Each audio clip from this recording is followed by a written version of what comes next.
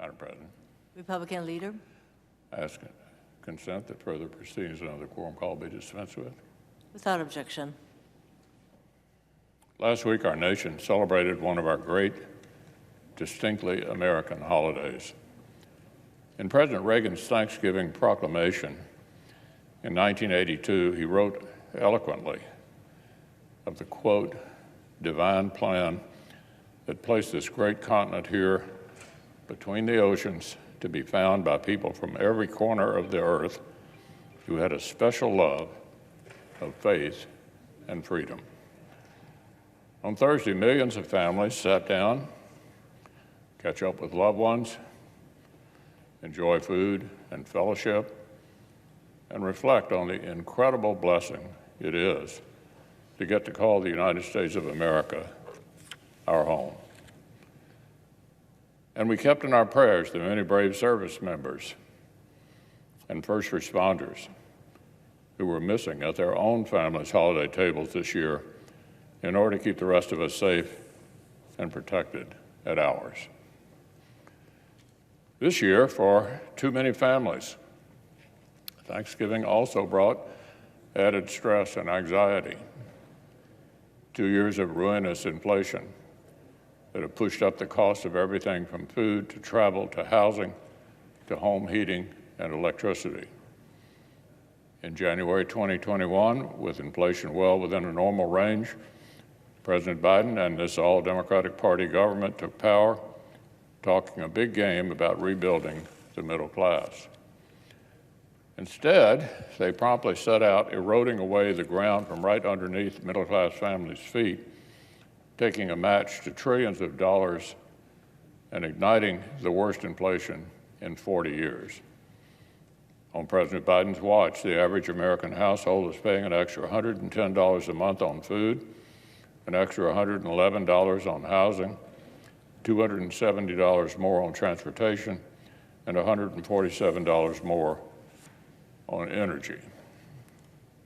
That's more than $750 in hidden Democratic inflation taxes for the average household.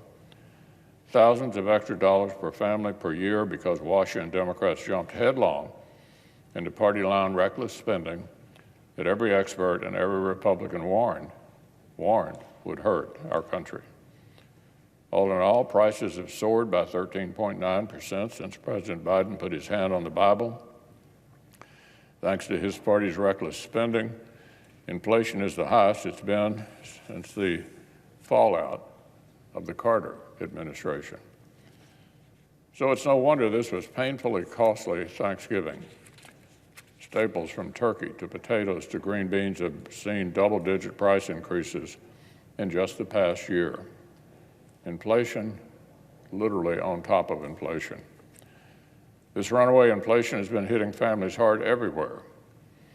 In the state of Georgia, for example, local food assistance organizations reported skyrocketing demand heading into the holidays. The CEO of the Atlanta Community Food Bank said, quote, we're basically back to the same level of demand that we were at during the height of the pandemic. There's a charitable organization saying the Democrats' party line policies have created an economic environment that's on a par with the worst of the COVID shutdown. On the Democrats' watch, rising housing costs in Georgia have outpaced the already big jump in nationwide average. One relief agency says requests for emergency rent, utility, and food assistance have jumped 40% this year. 2 years of one-party Democratic control in Washington have been a disaster for working families in Georgia. And their two senators haven't just failed to stop the damage, they've helped cause it and cheered it on.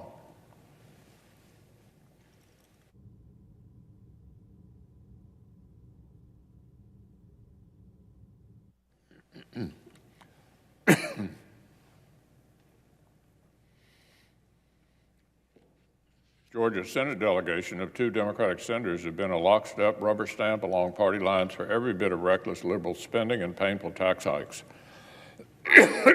Just when working families in Georgia needed checks and balances, what they got were reckless rubber stamps.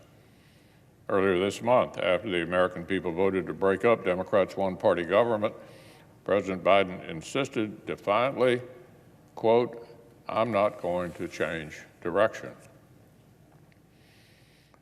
It's been 2 years since the Senate Democratic leader said that if he got Georgia's 2 Senate seats, he would change America. Well, they certainly have done that. On party lines, Democrats squandered a promising economic comeback and spent us into staggering inflation. And now President Biden says he's learned nothing and will change nothing. The Democrats have shown the American people what they'll do with power. But in the United States of America, the power ultimately lies with the people. And in a little over a week, the people of Georgia will have the ability to make their choice between a check and balance or a rubber stamp.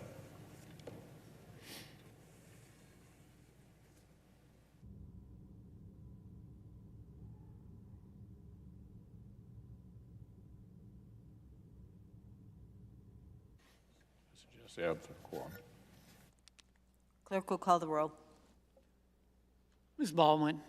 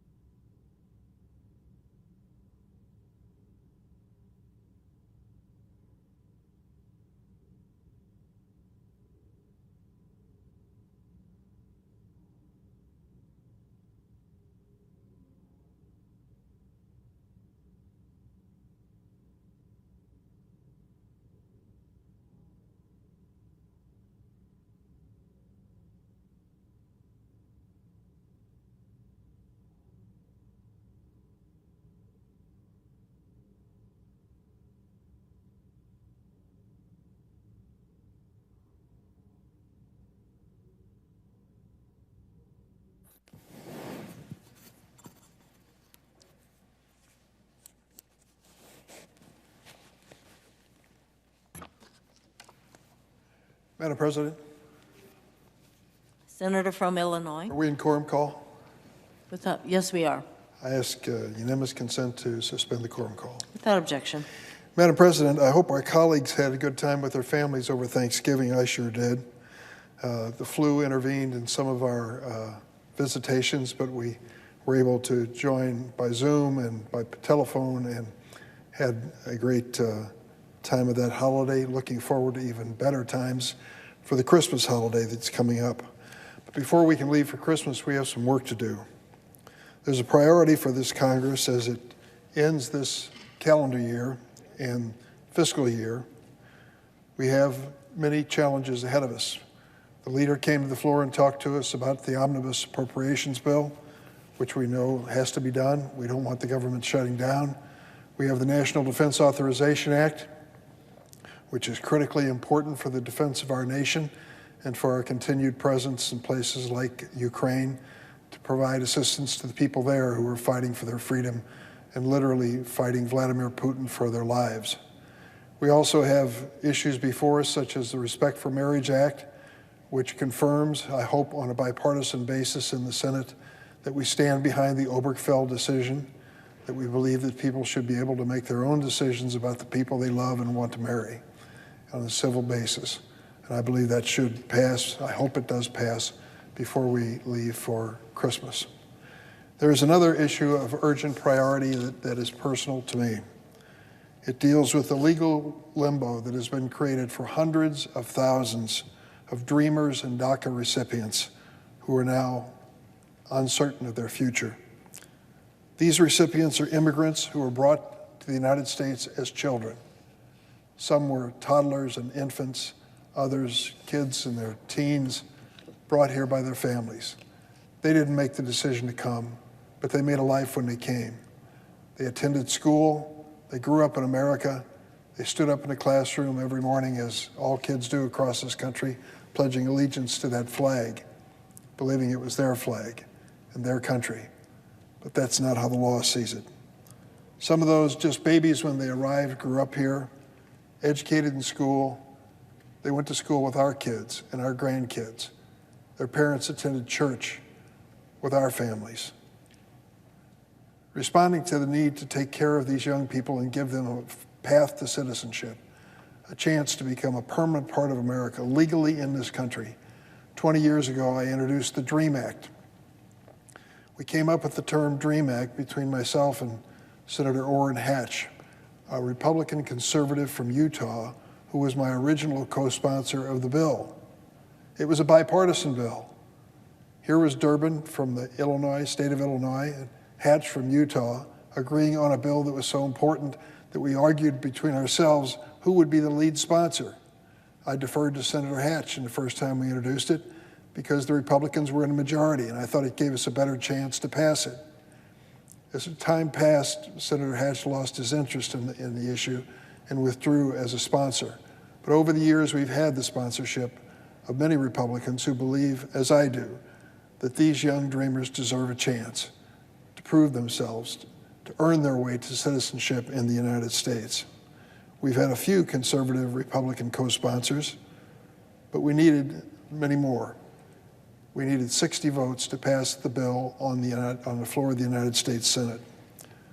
We had several attempts at it, I think almost 5, where we brought the measure of the DREAM Act to the floor. And we made it clear, you had to have come to the United States as a child. You must have lived here without any substantial legal or criminal record. And you must be given a chance to have a citizenship opportunity in your life. That was basically the bill. We brought it to the floor 5 different times. We had a majority each time. But in the Senate, a majority is not enough, as you know. It takes 60 votes. We fell short each of those times. I remember one Saturday, it was a lame duck session as we ended a year, and we decided to try for the DREAM Act. Harry Reid was the Democratic leader in the Senate, and he said, I'll give you a chance for a vote. So we had that vote on a Saturday morning. The whole gallery was filled with young dreamers. They decided to come in their caps and gowns from their graduation ceremonies. So they brought those caps and gowns out of storage and wore them on the floor to prove that they were going to be a valuable addition to the future of the United States. They were so excited to think that this will be their chance. Well, sadly, we had a majority, but not the supermajority that the Senate requires. I met with them afterwards, and there were a lot of tears that were shed by them, by me, as I thought about what it meant. They were so uncertain about where they were going to go, what their future would be. I decided to try a different approach. If we couldn't pass the DREAM Act in the Senate, maybe, just maybe, my co-sponsor of the DREAM Act, the former Illinois Senator Barack Obama, could find a way as President of the United States to help. And thank the Lord he did. He came up with DACA. This was an approach which said to these young people, here's what I can give you. If you will stand up and apply each year to be protected in the United States, we'll give you a chance. If we check your background and everything's fine, we'll give you 2 years at a time to stay here and live in the United States as dreamers, be able to work legally, and no fear of deportation. And he issued that executive order. I remember it well. The day was August 15th, 2012, 10 years ago, more than 10 years ago.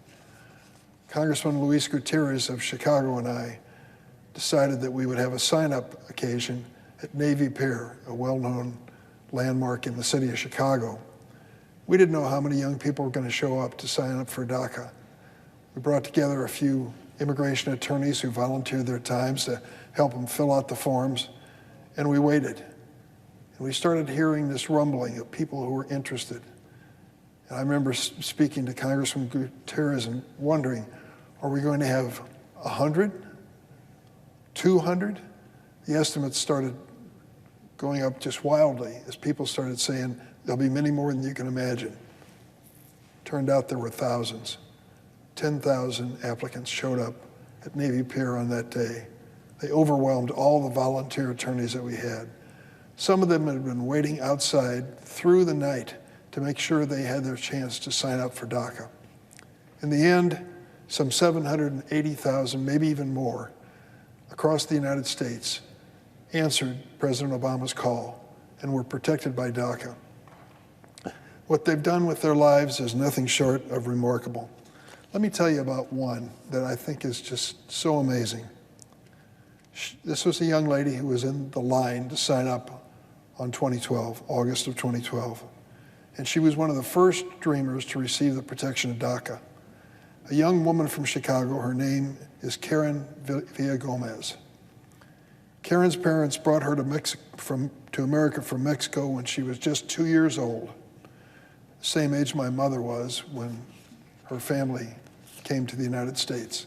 And I know the presiding officer is an immigrant herself and proud of her family story and the courage that your mother showed, especially in bringing you and your family to the United States. Well, Karen was 2 years old when she was brought into the United States from Mexico. She didn't really discover that she was undocumented until she applied for college. She was accepted, she grew up in Chicago, but accepted to college at the University of Rochester in New York. Now, because she was undocumented and DACA, she unfortunately didn't qualify for any federal assistance to help her through school. That meant working jobs, her parents helping her, putting together all the money they could so that she could go to college. She wasn't eligible for 10 cents in federal financial aid, but she wasn't going to be stopped. Karen was a freshman at the University of Rochester in New York when I first heard of her. It was spring break of her freshman year in college. She was hoping to fly home to Chicago to surprise her family. Instead, she was arrested and detained by ICE. One lawyer told her she probably had about 4 months before she was going to be deported back to Mexico. Karen and her family called my office. There was a lot of emotion in that phone conversation. My staff and I reached out to the federal agencies and said, don't deport her. Give her a chance. You won't regret it. She has no background that suggests she's any danger to this country, but she has so much promise and determination. Give her a chance. Well, they decided to give us a reprieve, a short-term suspension of the deportation. Karen went on with one reprieve after another, never knowing whether she was going to be deported before she could even finish college, but she finally did. Then she came back to Chicago, and she was accepted at Northwestern University Law School. Law school. With DACA, she was able to work as a paralegal, then as a counsel for the city of Chicago. Graduating law school, she became a clerk for a federal judge in Chicago. She got married, and 3 weeks ago, on Election Day, at long last, she was sworn in, naturalized as an American citizen. I was there to see her take the oath of citizenship. You know what she was going to do as soon as the ceremony ended? Walk across the street, register to vote, and vote as an American citizen for the first time on the day that she was naturalized. There wasn't a dry eye in that court chamber as we all celebrated this wonderful journey of this amazing young woman. And incidentally, there's a baby on the way. She and her husband are so proud that they're both part of this country and its future. More than 830,000 young people just like her have been able to live safely and work in America because of DACA. But there's uncertainty as to what's going to happen in the future. Last month, the Fifth Circuit Federal Court remanded a case to a lower court to determine whether DACA would remain the law of the land. It's still under attack. Here's what it gets down to, Madam President. Unless Congress acts in the next 3 weeks to protect DACA recipients, DACA could end as soon as next year.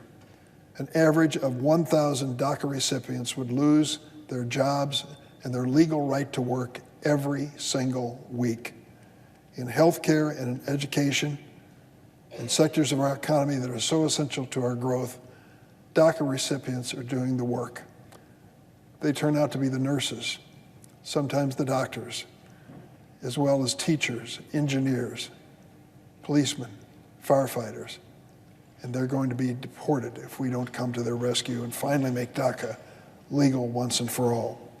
Does anyone think for 1 minute that America would be better off if we start deporting doctors and nurses and teachers who are now protected by DACA, or men and women who are risking their lives in the military or with our police and firefighters? The answer is clearly no.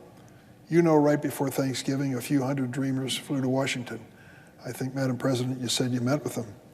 They met with me and were telling me what's at stake here. One young man in particular, what an amazing story. Because of DACA, he was able to graduate from college with an engineering degree. He decided he would start his own company since he had that opportunity, and now has started several companies and has paid, he said, last year I paid $180,000 in federal taxes. And I said to the group that he assembled there are many large corporations in America that don't pay as much in taxes as this young man, this DACA protectee, was able to pay. It's an indication of the creativity, determination, and the quality of these young people. We've got to give them a chance to be part of our future. Some Republicans have co-sponsored the DREAM Act. Senator Lindsey Graham, my friend, former chairman of the Senate Judiciary Committee, is currently a lead sponsor with me. I've also worked with Senator Graham and other Republican senators over the years to deal with comprehensive immigration reform. I've had conversations with a number of Republican and Democratic senators who understand the urgency of dealing with this issue. I'm not going to name names here or in the hallway, but I will tell you conversations are taking place, and I'm encouraged by them. I will join in and provide whatever resources I can, or if I can help by standing to the side, I'll do that too. The goal is to make sure these DACA recipients have a future. We need 10 Republican senators to join all the Democrats to get that done. Just 10. We can break the filibuster, get the supermajority we need under the Senate rules. I've heard many Republican colleagues say they won't help DACA recipients or even talk about immigration until we stop this so-called flood of immigrants and asylum seekers at the southern border.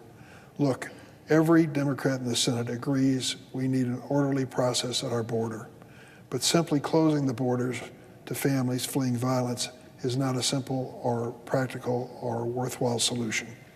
That's why Biden, as president, is adding capacity and building better systems at the border, and we need to do more, and we should do it together on a bipartisan basis.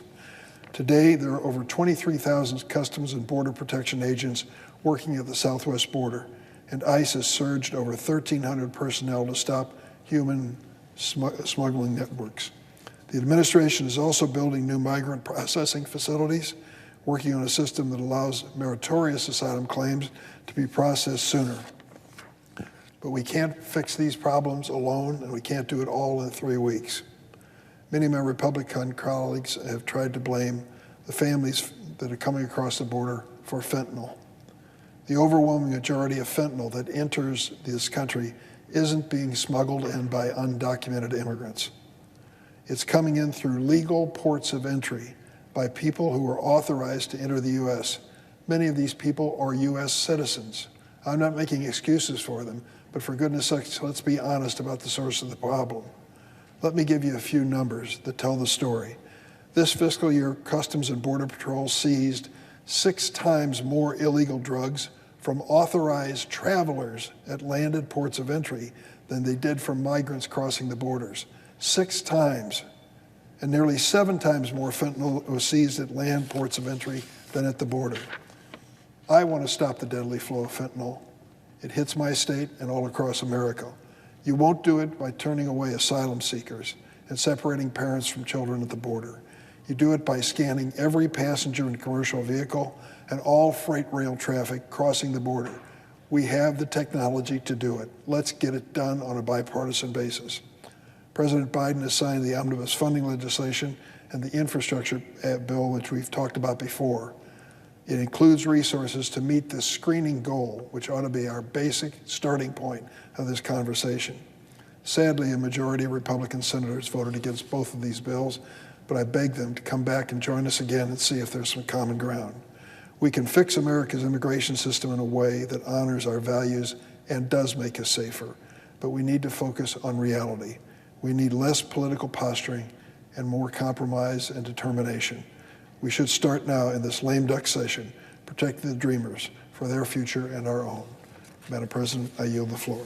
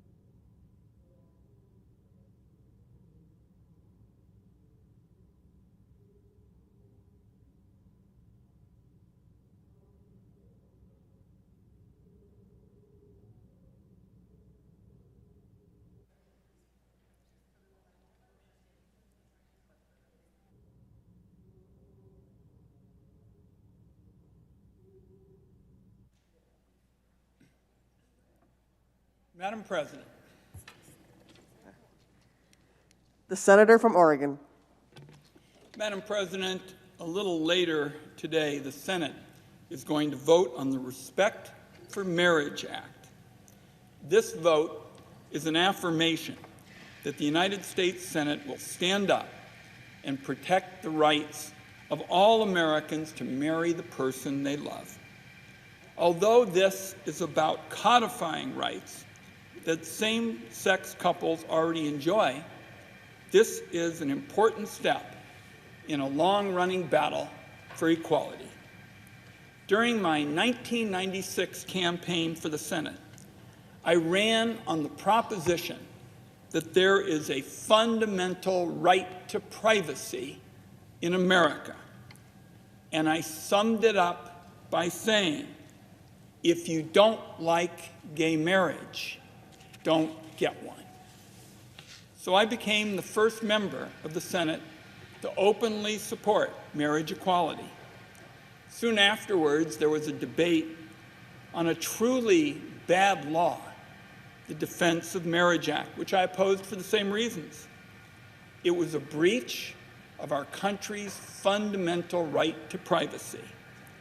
Now the Senate has a chance to rectify that wrong and repeal it. I'm always going to go to the mat to defend the right to privacy in America. The bottom line is that protecting somebody else's rights doesn't take anything away from your own rights. Our country is indisputably stronger when everyone's rights are protected. Some members of this body have questioned why we need to pass this bill when marriage equality is the law of the land. The answer is pretty straightforward. The Dobbs ruling, which overturned Roe versus Wade, showed that the Senate cannot take any modern legal precedent for granted. With the possible exception of Brown versus Board, no precedent is safe as long as Clarence Thomas and Sam Alito are openly calling for the court to revisit major rulings.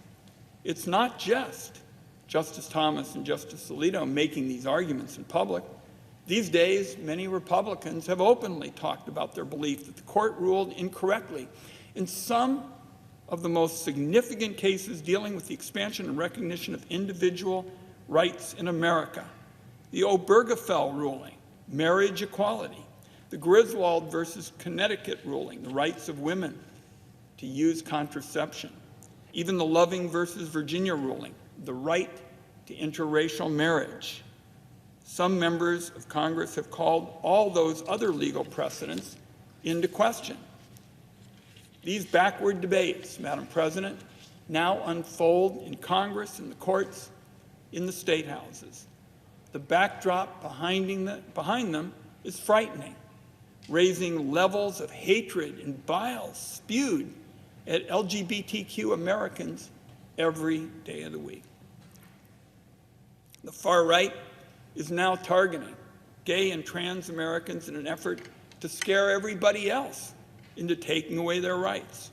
There's no question that when leaders participate in ratcheting up anti-gay rhetoric, it spills out into the real world across the country.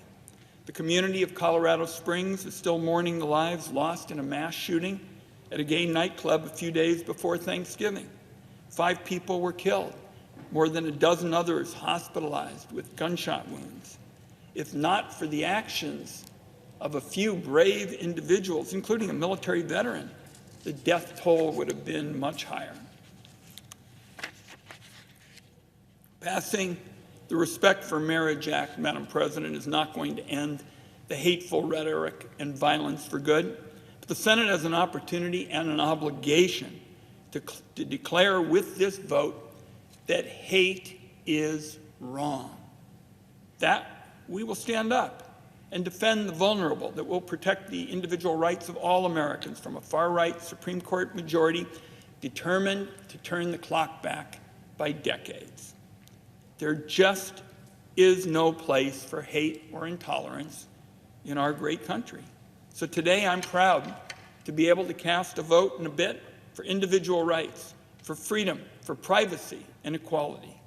I want to thank all the members of this body who've worked for months to bring this bill to the floor with bipartisan support. And I hope that the Senate will be able to continue this progress with colleagues on both sides in the months and years ahead. Madam President, I yield the floor, and I note that the absence of a quorum. The clerk will call the roll. Ms. Baldwin.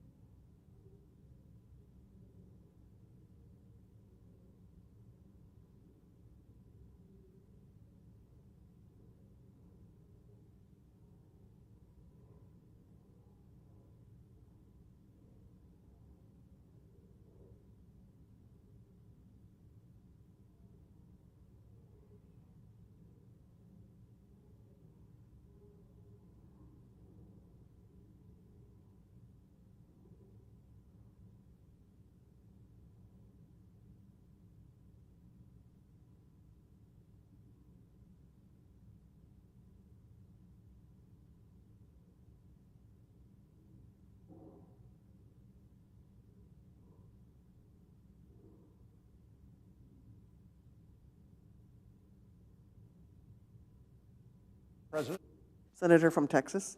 Madam President, are we in a quorum call? Yes, we are. I'd ask unanimous consent that the quorum call be dispensed with. Without objection. Thank you, Madam President. As the Senate knows, this week we will be voting on a bill called the Respect for Marriage Act. Tonight we'll vote on a procedural matter to move that legislation along. Supporters of this legislation have framed it as a way to protect the right of same-sex couples to get married in any state in America.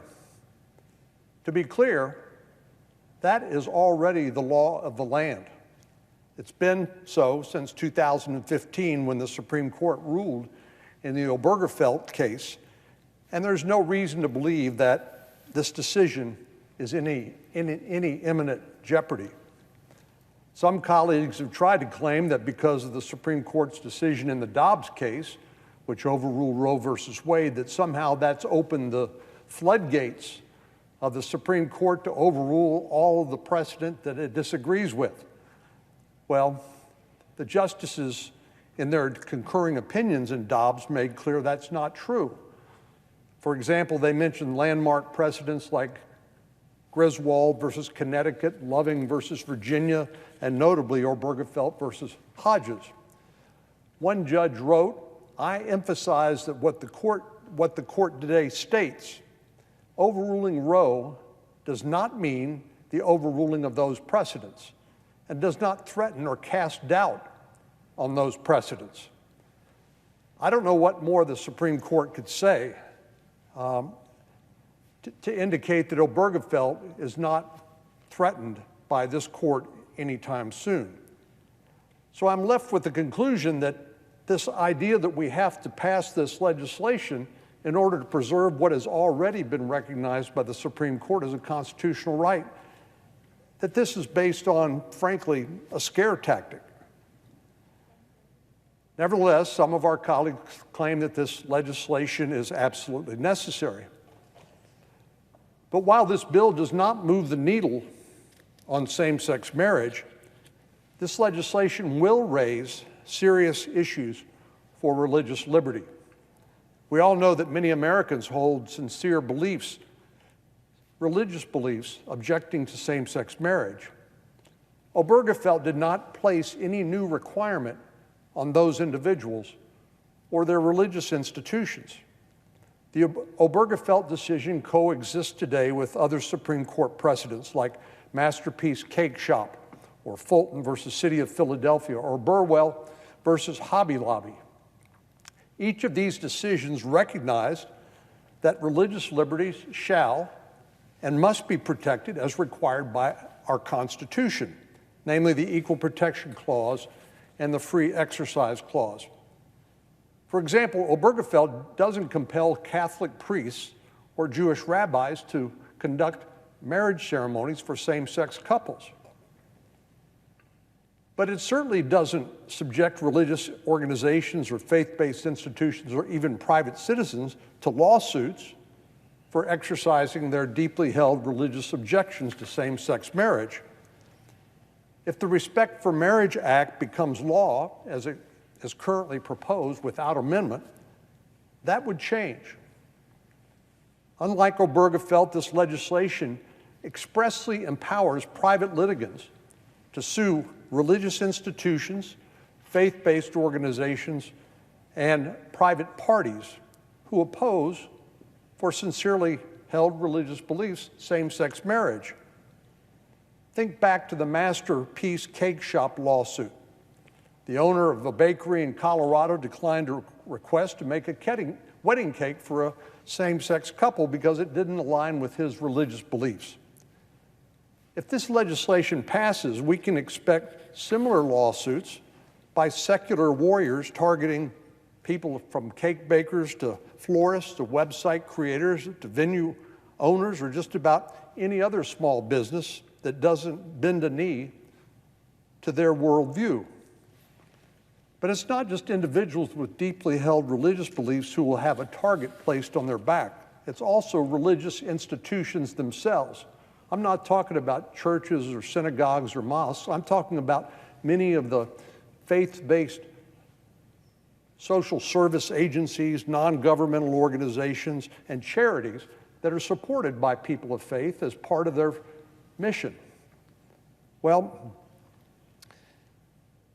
this legislation would permit a private lawsuit against, let's say, an institution of higher learning, like a major university, or your child's preschool or Mother's Day Out. It includes religious charities and nonprofits that carry out incredibly meaningful and important work. And it includes anyone acting, quote, under the color of state law.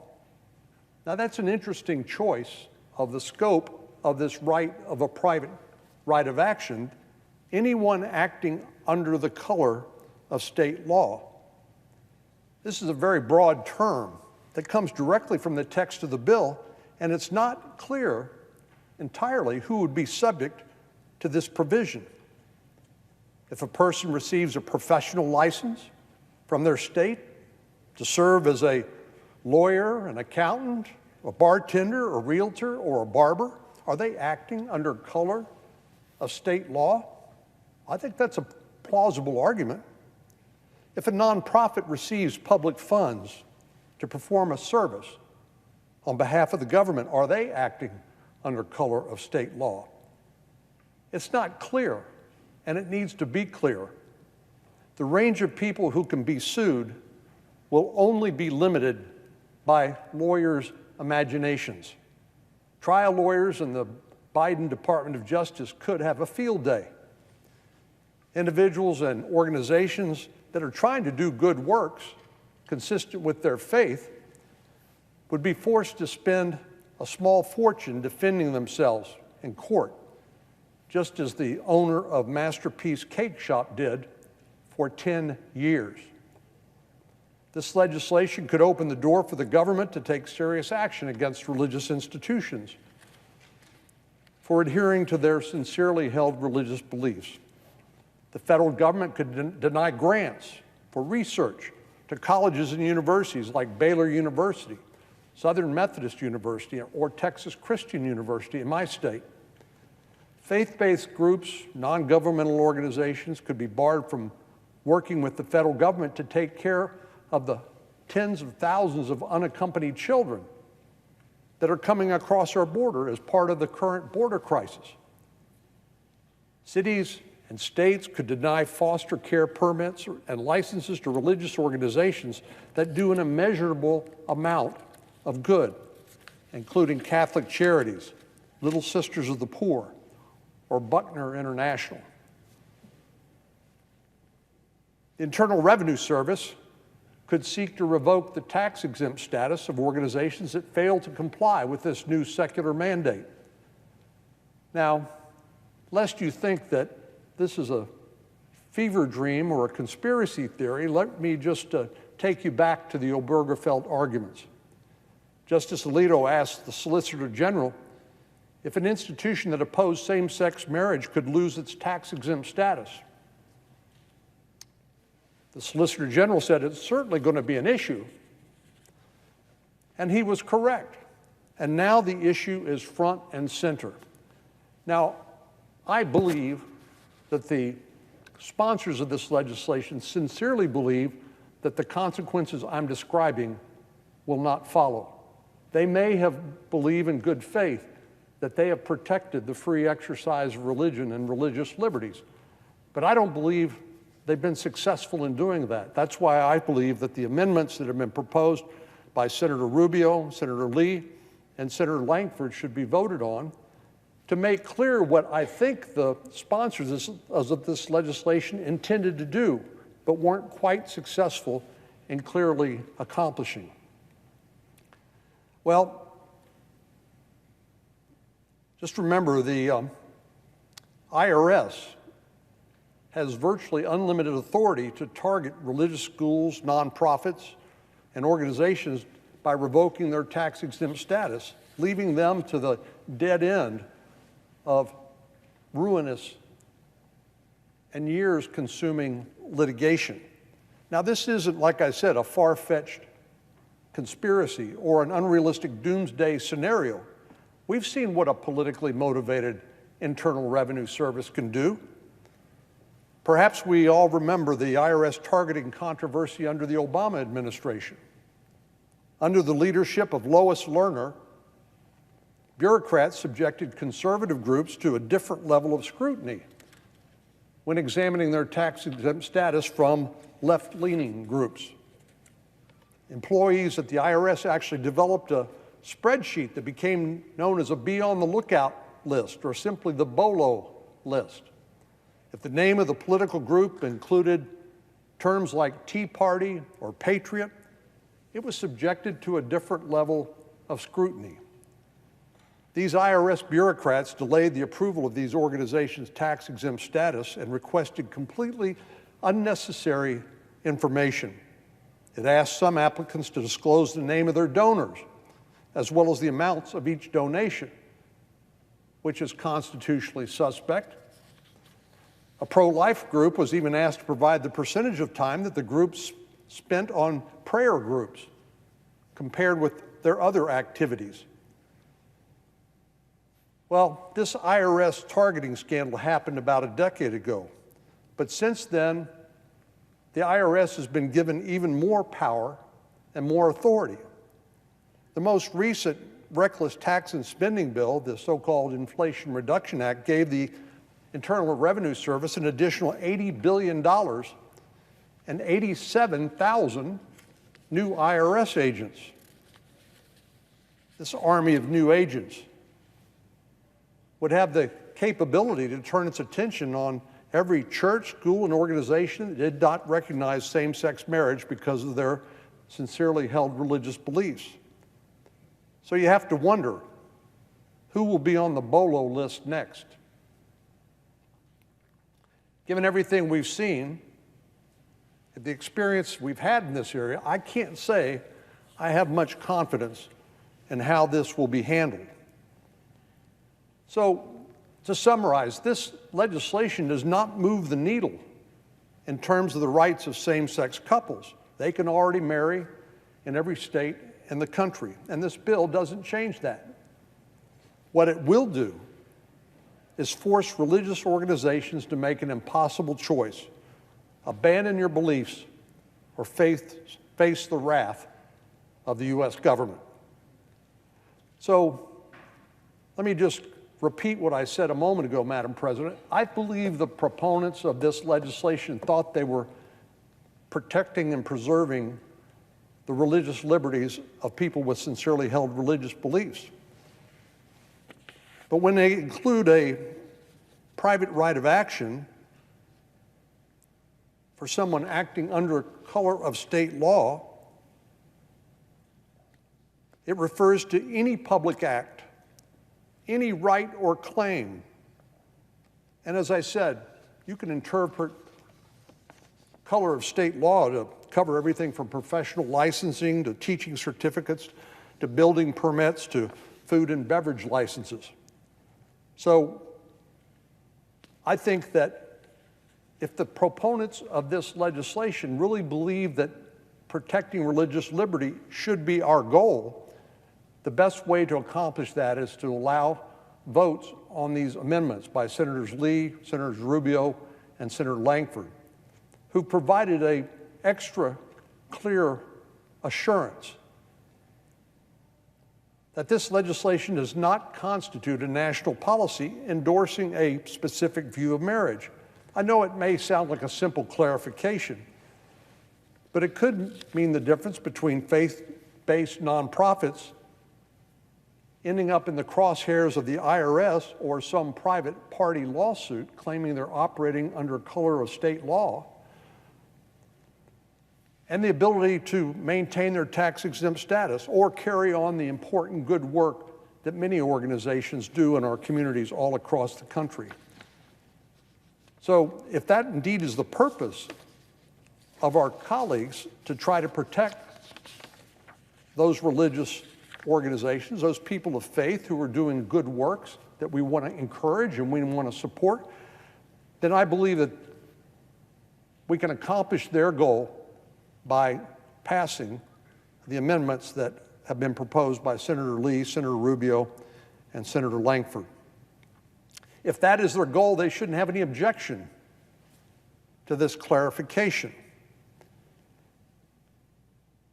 But we simply can't stand by and allow this legislation, or any legislation for that matter, to foot stomp the First Amendment rights of people of faith. Unless this bill is amended, it will invite a wave of lawsuits against churches, synagogues, mosques, religious nonprofits, simply because they're living in accordance with their faith. One other thing I should point out that was mentioned by the U.S. Conference of Catholic Bishops, in the one area that I would call it a safe harbor to protect religious liberty, I think it's 6B in the bill that's been offered, the protection of religious liberty that, again, I think our colleagues in good faith intended to provide is limited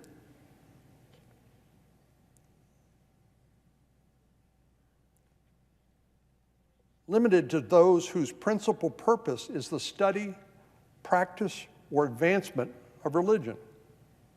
So that clearly would involve things like church services or religious observations at a mosque or a synagogue. But would it cover a church's daycare facility they provide for the children whose parents attend their church?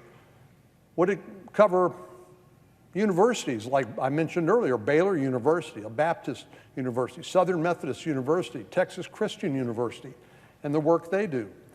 How about Catholic Charities? That's one of the principal provider of humanitarian services at the border that have resulted due to the border crisis that we are experiencing. None of those would be protected, I would argue, under the limitation in Section 6B. And this was actually pointed out by the U.S. Conference of Catholic Bishops. I think they're right. But again, if the goal of the bill is to preserve religious liberty, I think the bill needs to be amended. Religious liberty is a cornerstone of our democracy. It's explicitly protected by the United States Constitution, and we cannot allow it to be trampled on. Madam President, I yield the floor, and I note the absence of a quorum. The clerk will call the roll. Ms. Baldwin.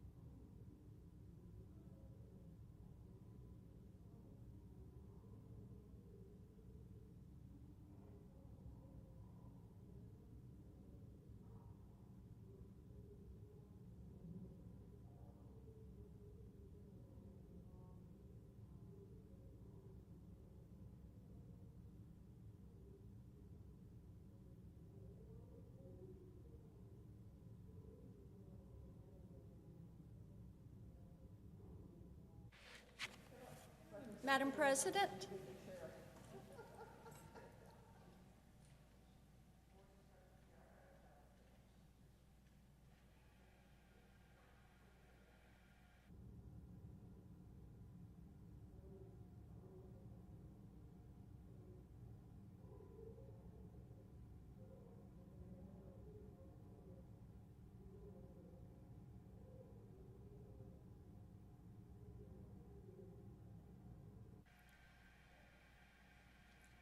Mr. President, Senator from Tennessee, I ask that we dispense with the quorum call. without objection. Thank you, Mr. President. For the past 2 years, the COVID pandemic dominated every news cycle, and if the mainstream media is to be believed, it was the leading topic of conversation at every dinner table, whether it was Washington or Nashville or San Francisco. And as the months wore on, it became glaringly obvious that while the pandemic was a concern, people were less worried about the virus itself and more worried about how the Democrats were using it to justify one power grab after another. Even in the face of catastrophic inflation, the employment crisis, the failure of public education, and the slow creep of lethal opioids into rural communities, the Democrats chose power over progress every single time, and in doing so, abandoned their duty to the American people. And now, as this year draws to a close, my Democratic colleagues have declared that now it's time for everybody to just move on from the pandemic.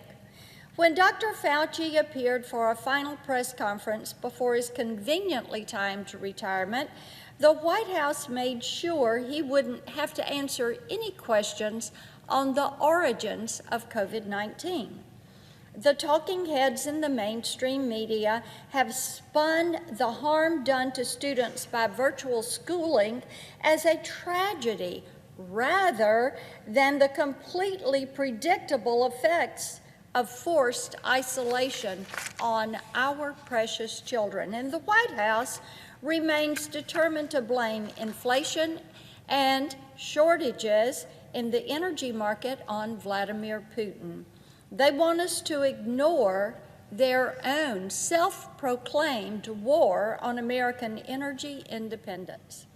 I suppose they think that if they just erase the mess that they've made from the daily talking points, the American people will just forget about it and move on.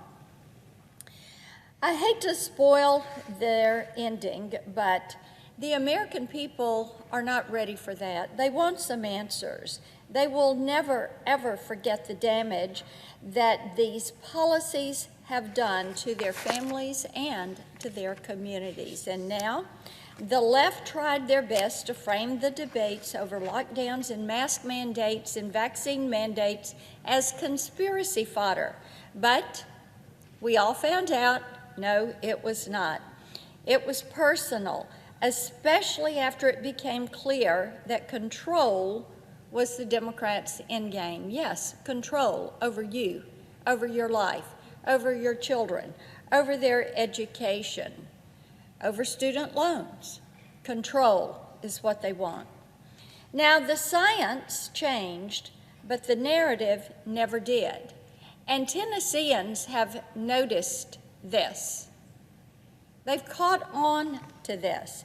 The ongoing fight over the military's vaccine mandate is particularly raw for Tennesseans because it's proof that the Democrats are willing to jeopardize our national security to score points against political rivals.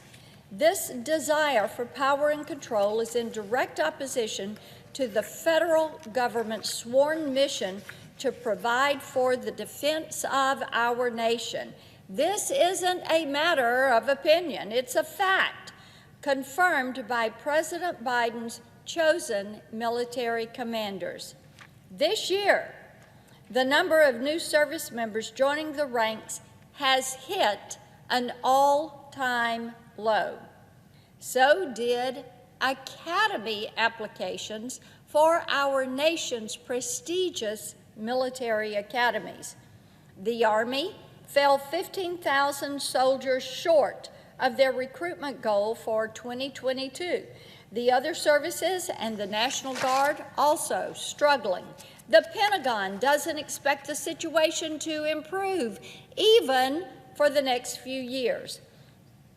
The Army predicts they'll be down 21,000 troops in 2023, and the National Guard says they're going to lose 14,000 soldiers by the end of 2024. The strongest, fastest, and most lethal fighting force on the planet is moving backward. Meanwhile, the new axis of evil, they are marching forward. We know for a fact that Tehran is sending drones and military equipment to Moscow to support Putin's war in Ukraine. North Korea is conducting ballistic missile tests that threaten South Korean sovereignty. And the Chinese Communist Party is doing the exact opposite of what the Pentagon is doing. They're focusing on readiness and building up their military. In June, they christened their first ever aircraft carrier to be completely designed and developed in China. Their goal is to increase their fleet by 40% by the end of 2040 and quadruple their nuclear stockpile by the end of the decade.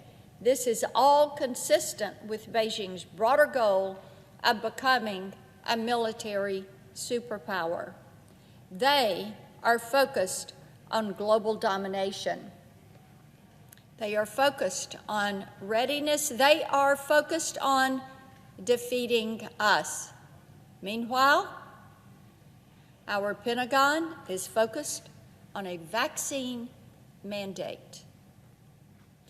The strong men in control of Russia, China, Iran, and North Korea, that axis of evil, are notorious for their aggression, and none of them have bothered to keep their hatred of the United States of America a secret. The wolves are at the door, Mr. President, and yet here we are debating a military vaccine mandate that has zero basis in science or common sense. It will gut the ranks of the military and make us more vulnerable to the rising threat from the new axis of evil. This isn't just my opinion, it is another fact confirmed by the people President Biden trusts to lead our nation's military. The Army confirmed in a November 4th press release that the vaccine mandate has already separated 1,796 active duty soldiers from their service. Bear in mind, they raised their hand. They took an oath. They did this because they want to serve, protect, defend. And what has happened? What has happened to that service, to that loyalty? Look at what has happened. They're getting a slap across the face. As I said, 1,796 were shown the door because they would not take a COVID shot. They wouldn't take a shot. For the soldiers who remain, the Army has approved less than 4% of medical exemptions and just over 1% of religious exemptions. The Guard has only approved 15% of the medical exemptions and, get this, 0.0047% of religious exemptions. And the reserves, they've approved a little more than 5% of their medical exemptions and 0.0044% of religious exemptions. Leader Schumer left Washington for the Thanksgiving holiday without acknowledging this manpower crisis in our military and without offering a clear answer on when we will take up the fiscal year 2023 National Defense Authorization Act. Now that we're back in session, I would hope that he has a plan to stop dangling this bill over the heads of our service members and their families.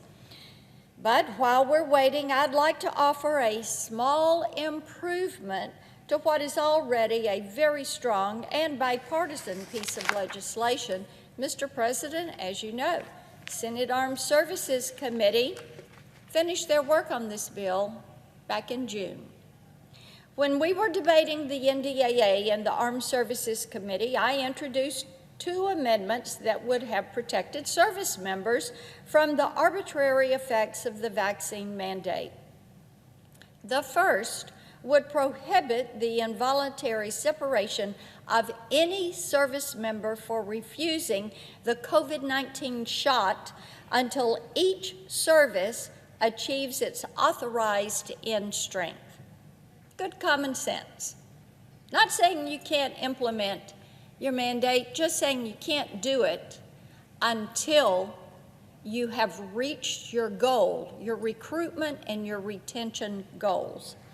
The second amendment would make sure that members of the National Guard or Reserve maintain access to both pay and benefits while their request for a medical or religious accommodation is pending. My Democratic colleagues on the Armed Services Committee killed these amendments, but I do hope they'll change their mind and support them now that they have had the opportunity to hear from folks back home, to hear from our military, our Guard, our reserves. I hope they'll give this another look. But if they don't, they'll have another opportunity to fix this mistake.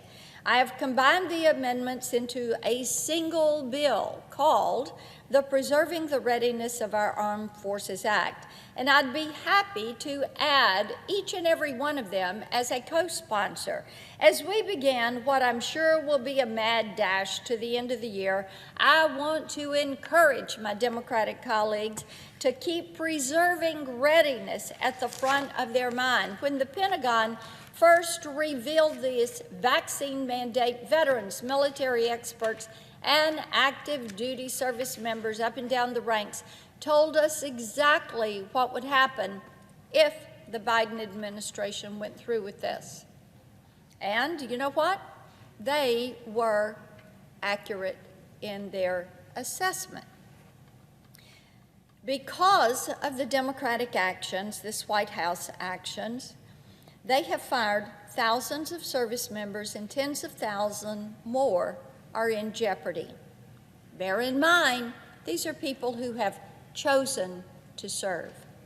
This chaos has prompted thousands of potential soldiers, sailors, airmen, and Marines to decide against entering the service. And who knows how many will choose not to enter the National Guard. The Biden administration is digging in their heels at the worst possible time.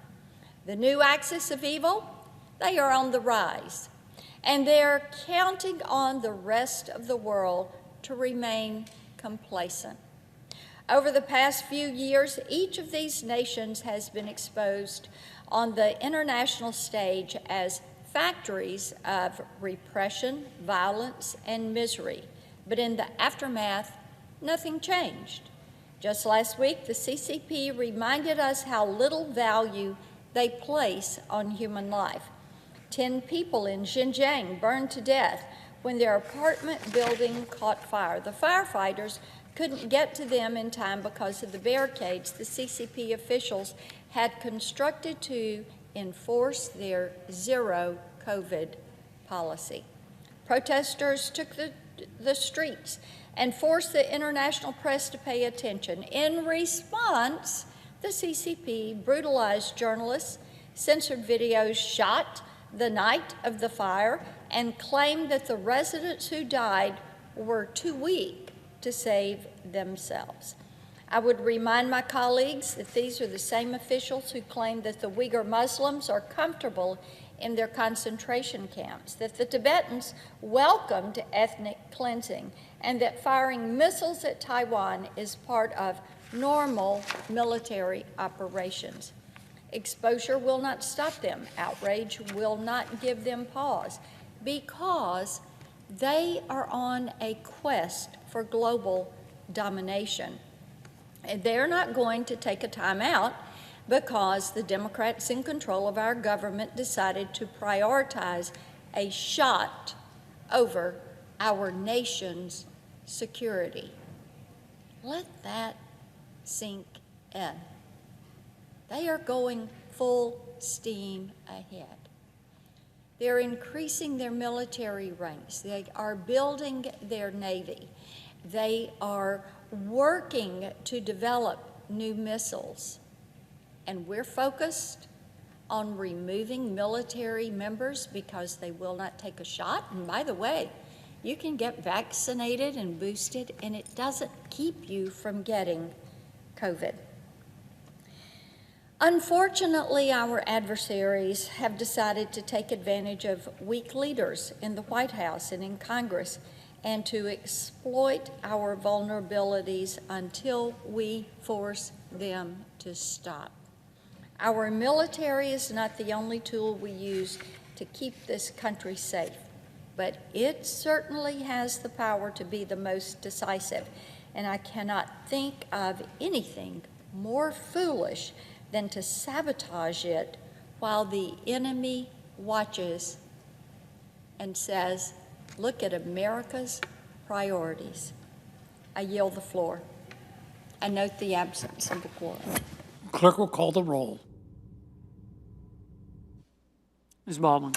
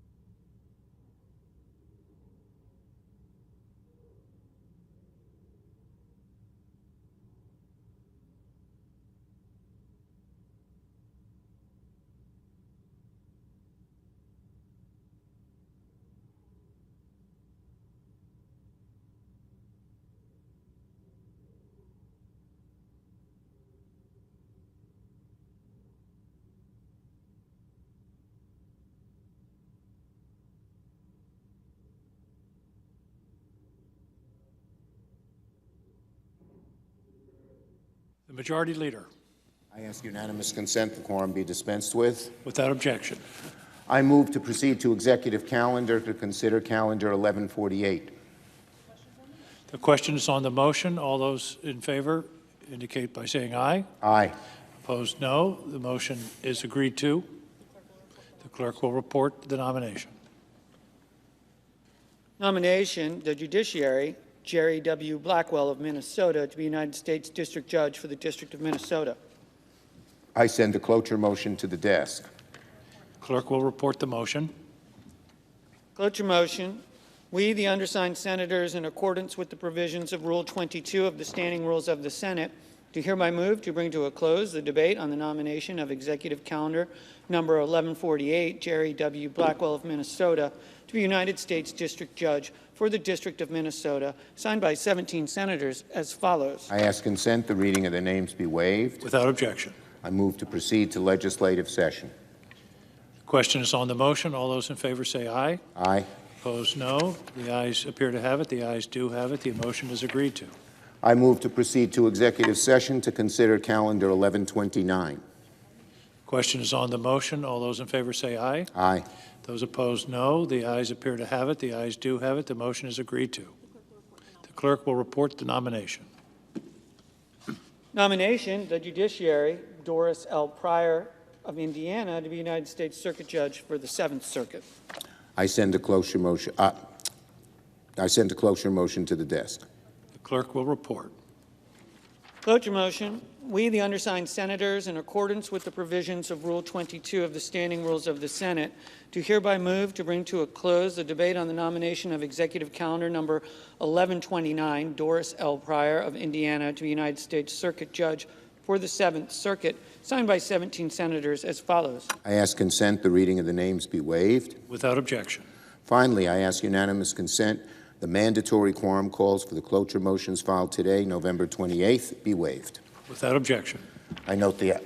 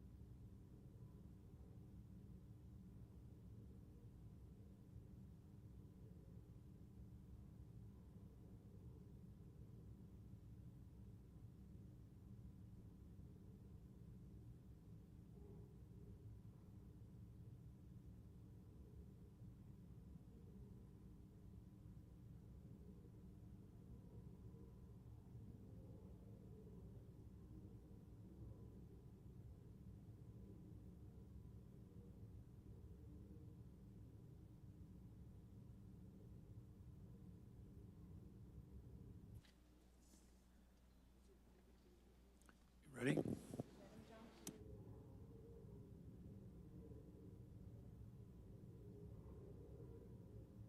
The clerk will report the motion to invoke cloture.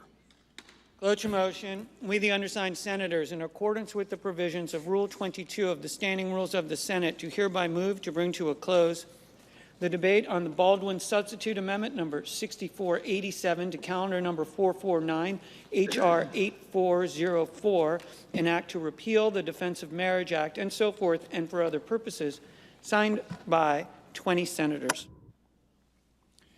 By unanimous consent, the mandatory quorum call has been waived. The question is it the sense of the Senate that debate on amendment number 6487, offered by the senator from New York, Mr. Schumer, to H.R. 8404, an act to repeal the Defense of Marriage Act and ensure respect for state regulation of marriage and for other purposes, shall be brought to a close. The yeas and nays are mandatory under the rule. The clerk will call the roll. Ms. Baldwin, Mr. Barrasso, Mr. Bennett, Mrs. Blackburn, Mr. Blumenthal, Mr. Blunt, Mr. Booker, Mr. Bozeman, Mr. Braun, Mr. Brown, Mr. Burr, Ms. Cantwell, Mrs. Capito, Mr. Cardin.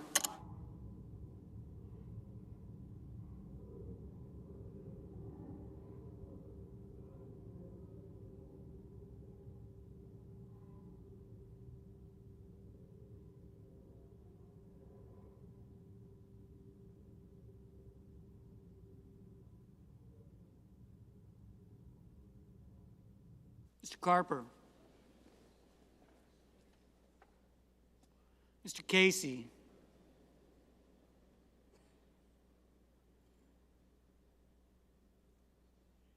Mr. Cassidy.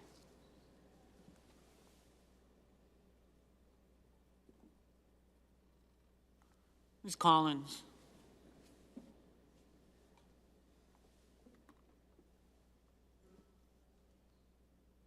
Mr. Coons.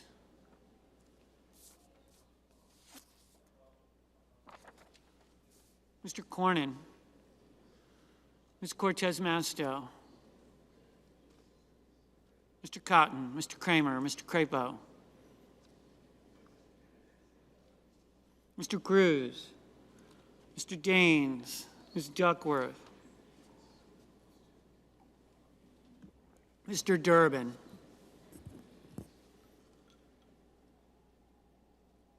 Ms. Ernst. Mrs. Feinstein. Mrs. Fisher.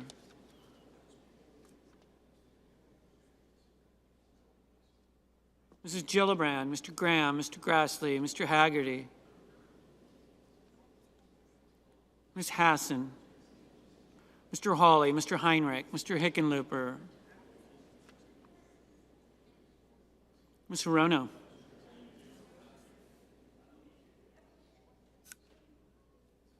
Mr. Hoven. Mrs. Hyde-Smith.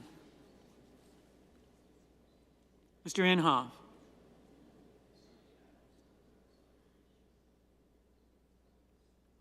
Mr. Johnson, Mr. Kane, Mr. Kelly, Mr. Kennedy, Mr. King.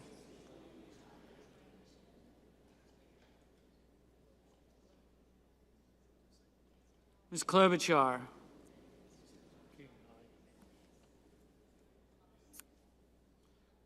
Mr. Langford.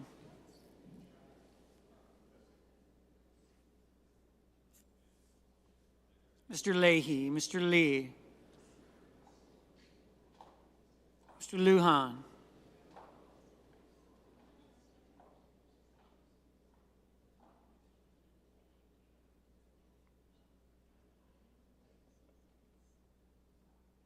Ms. Lummis.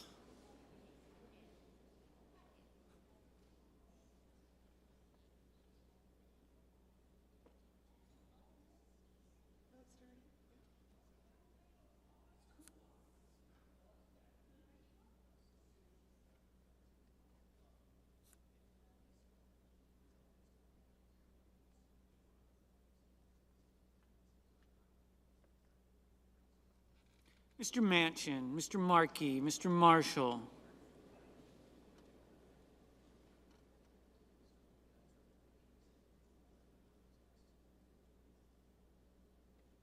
Mr. McConnell.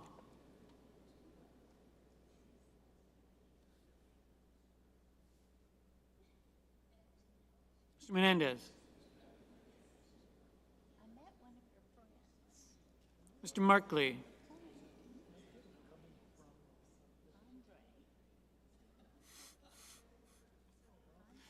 Mr. Moran.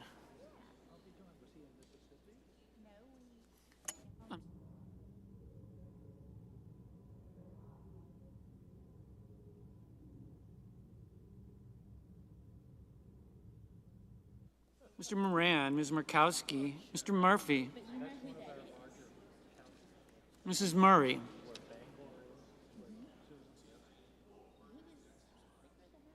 Mr. Ossoff,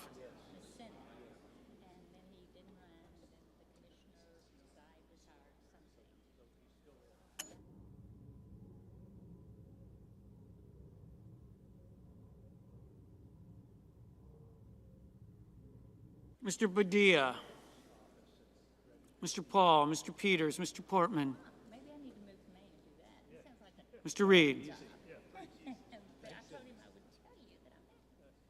Mr. Risch, Mr. Romney, Ms. Rosen, Mr. Rounds, Mr. Rubio,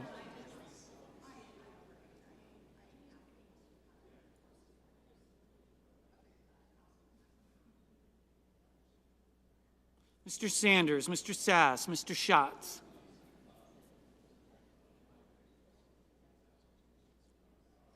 Mr. Schumer, Mr. Scott of Florida,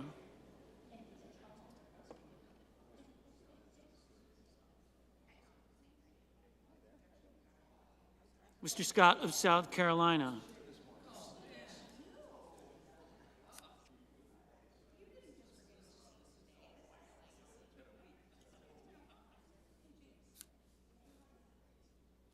Mrs. Shaheen,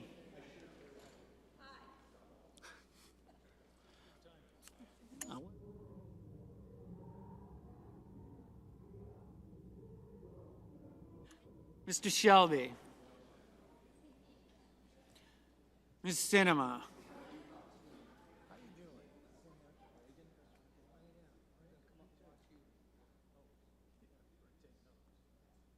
Ms. Smith, Ms. Stabenow,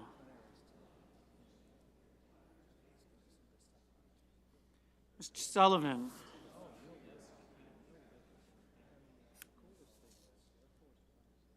Mr. Tester, Mr. Thune, Mr. Tillis, Mr. Toomey, Mr. Tuberville, Mr. Van Hollen,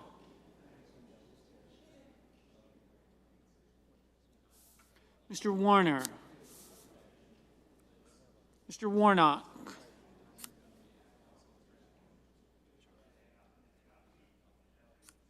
Ms. Warren, Mr. Whitehouse, Mr. Wicker, Mr. Wyden, Mr. Young.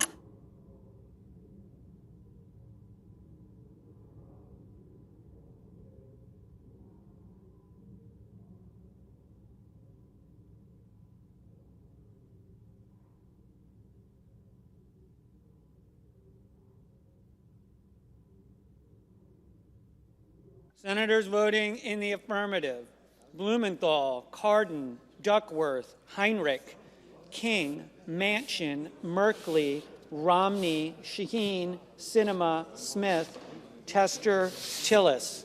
Senators voting in the negative: Hyde-Smith, Inhofe, Kennedy, Langford, Lee, Rounds.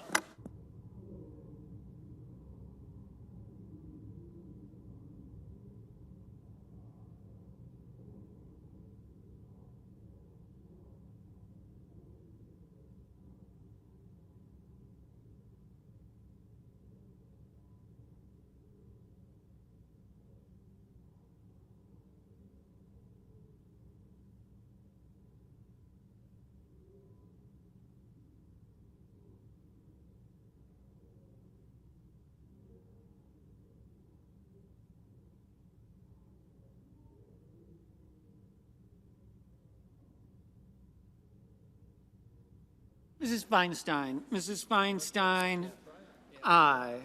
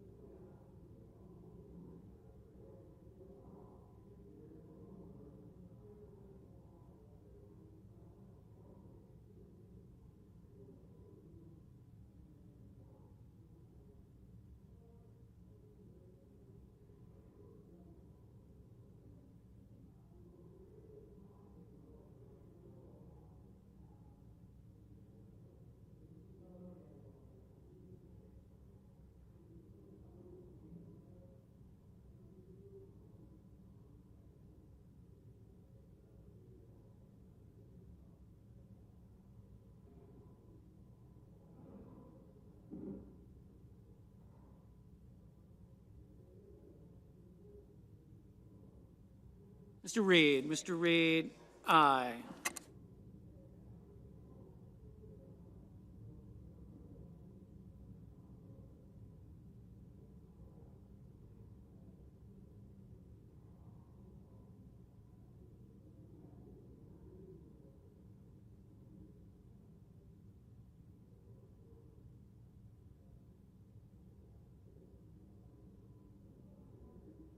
Mr. Cotton, no.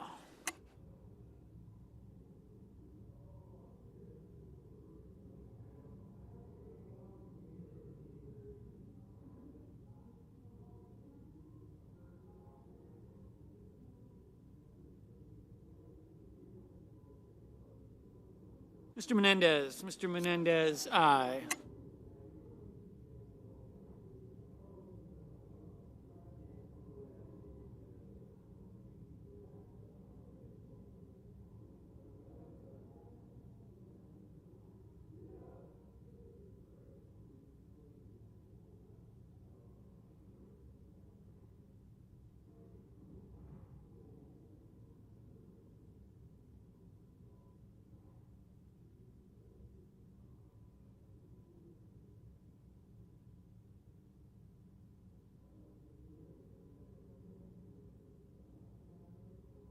Mr.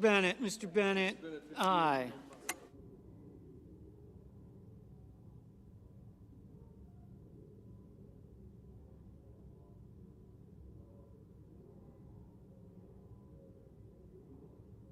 Mr. Wyden, aye. Mr. Paul, no.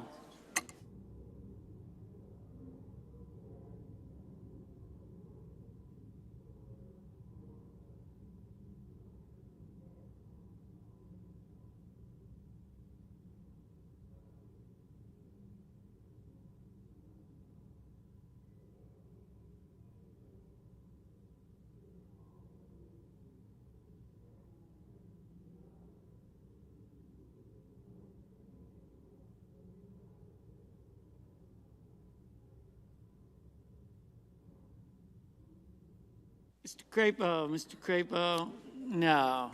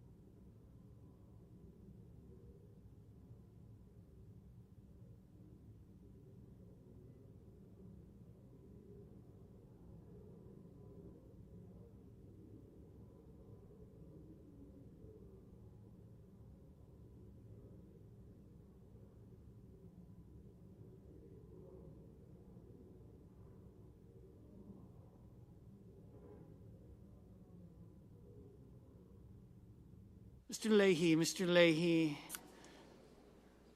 aye. Ms. Cantwell, aye. Mr. Cassidy, no.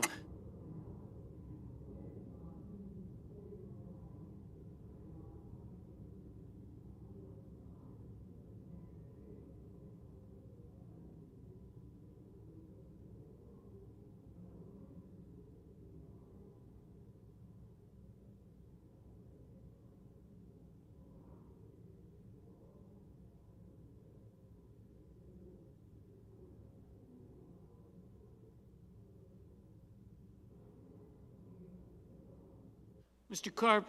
Carper, aye.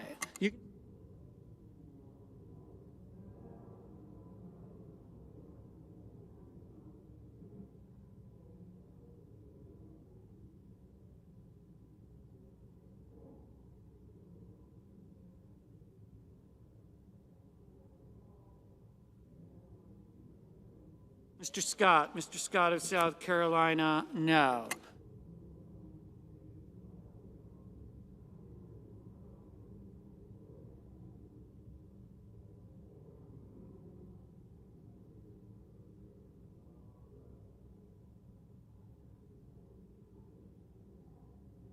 Mrs. Blackburn, no.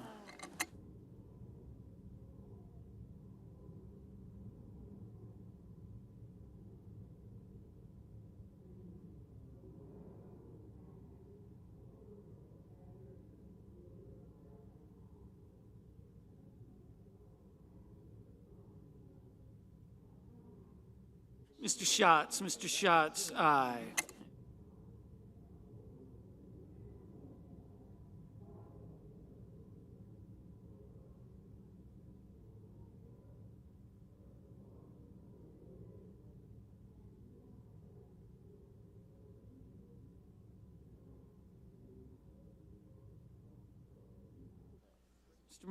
Mr. Murphy, aye.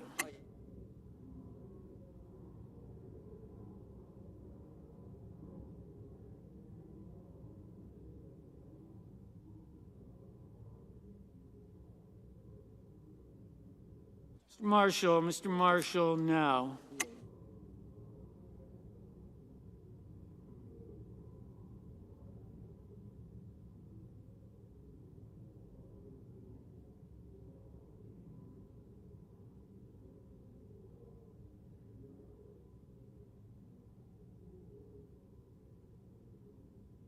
Mr. Peters, aye.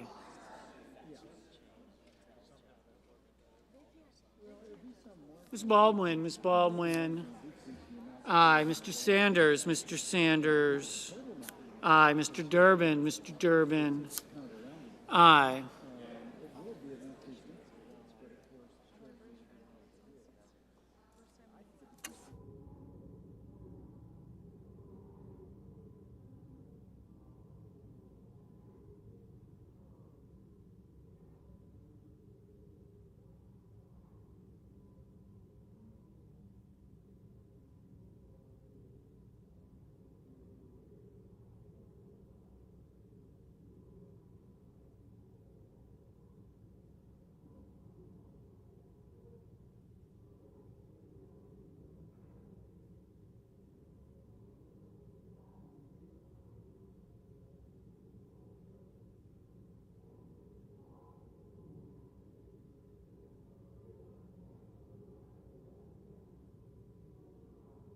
Mr. Lujan, aye.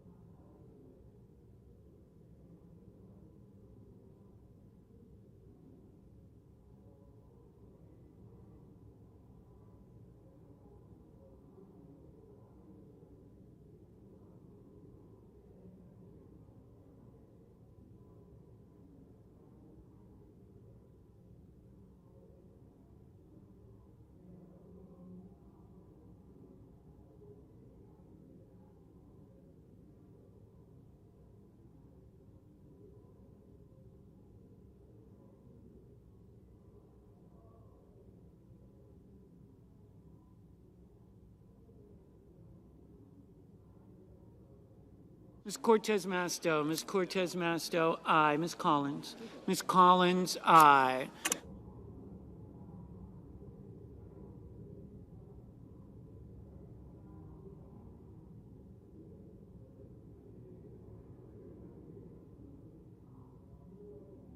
Mrs. Murray, aye.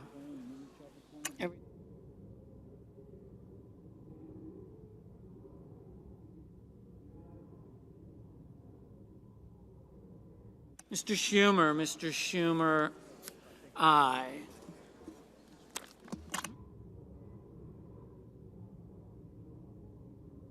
Ms. Rosen, aye.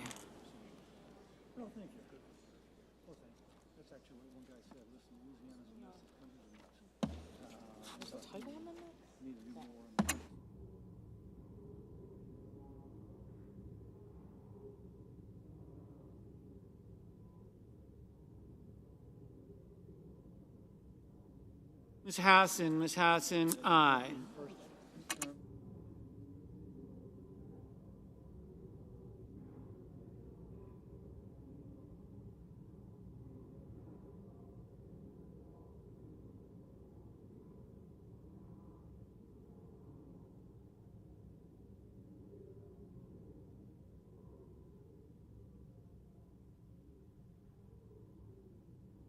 Mr. Portman, aye. Mrs. Capito,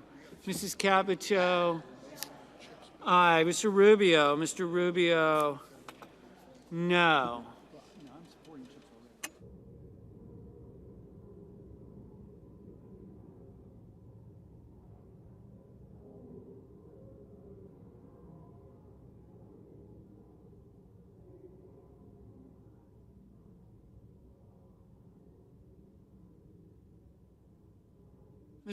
Ms. Warren, aye.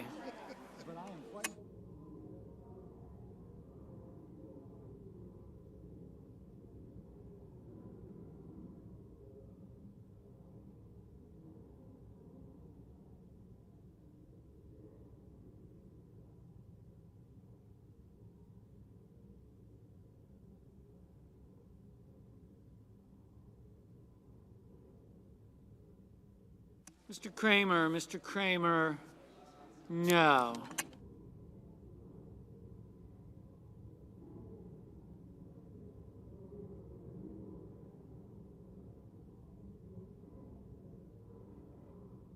Mr. Casey, aye.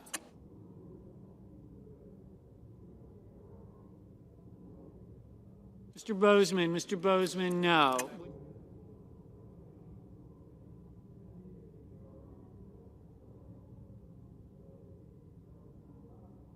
Mr. Tuberville, no.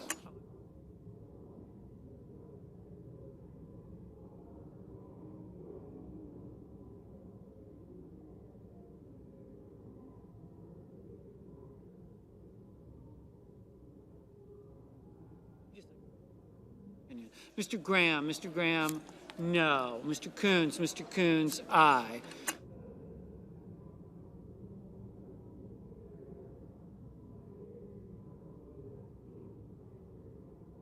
Mr. Hawley, no.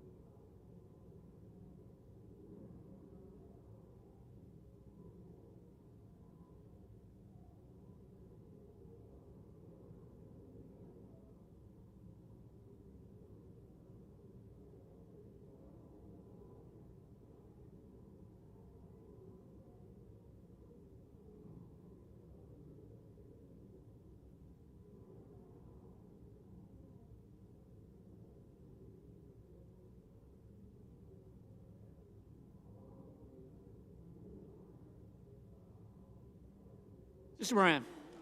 Moran, no.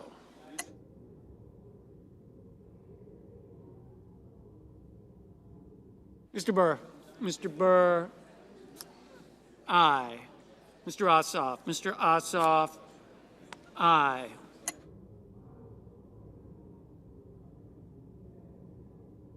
Mr. Kane. Mr. Kane. Aye. Hate.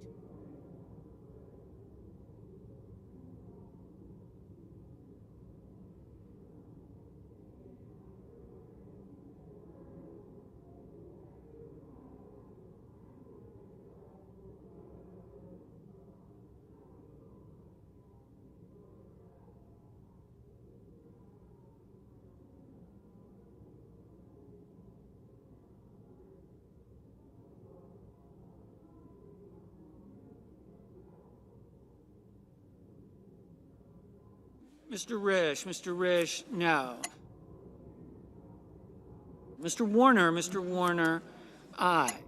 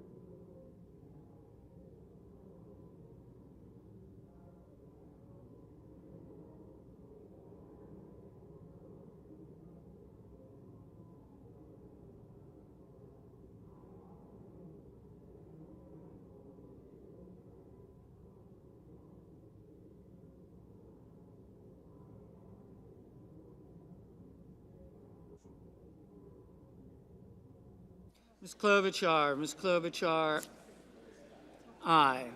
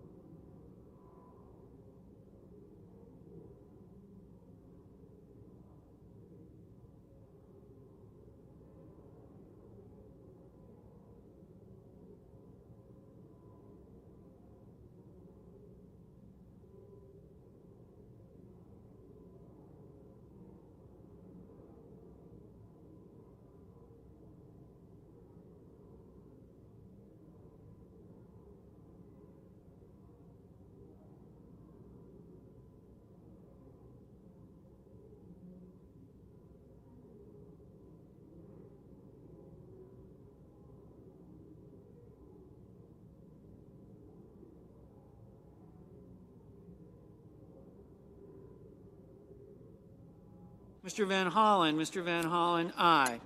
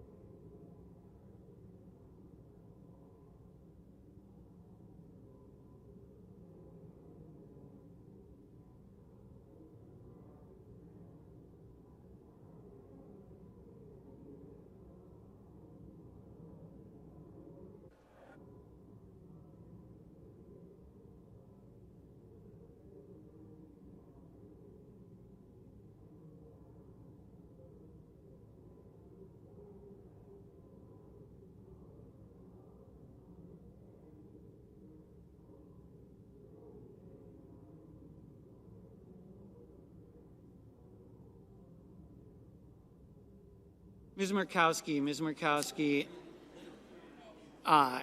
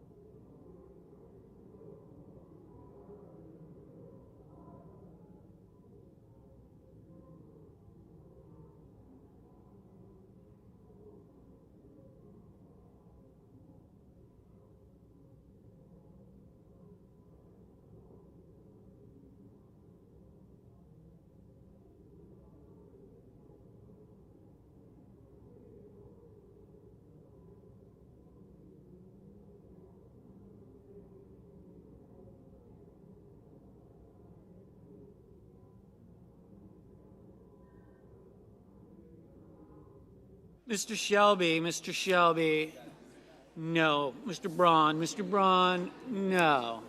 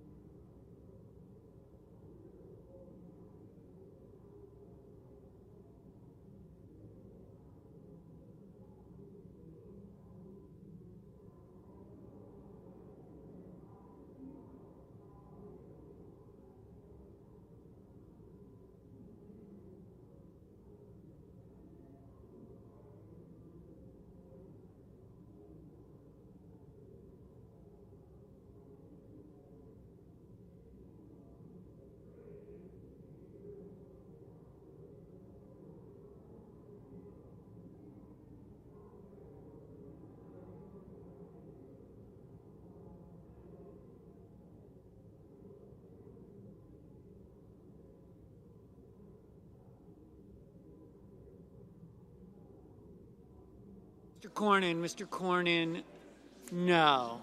Mr. Scott of Florida, no.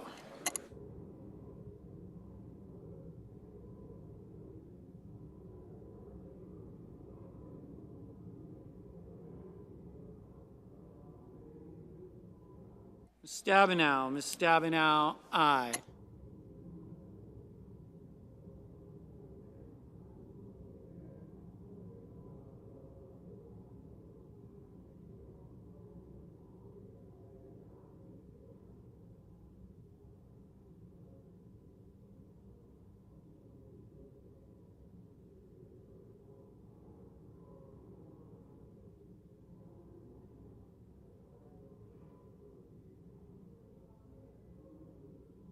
Mr. Daines, no.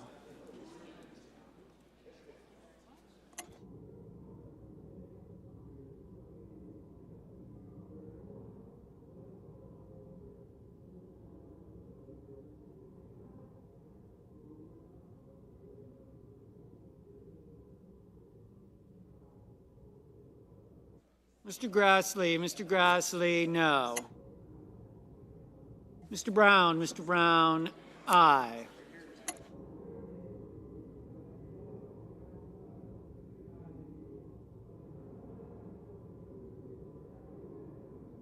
Mr. Hickenlooper, aye.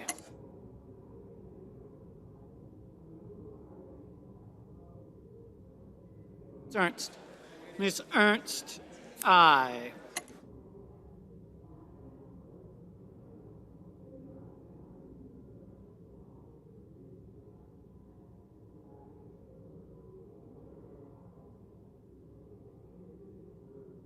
Mr. Thune, no.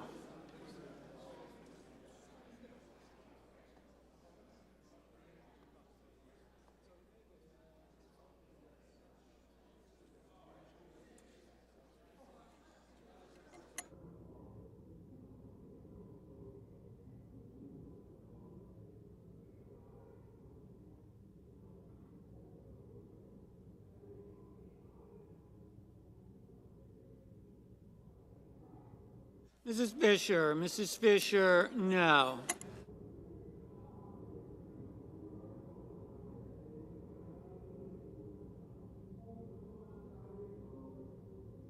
Mr. Wicker. Mr. Wicker, no.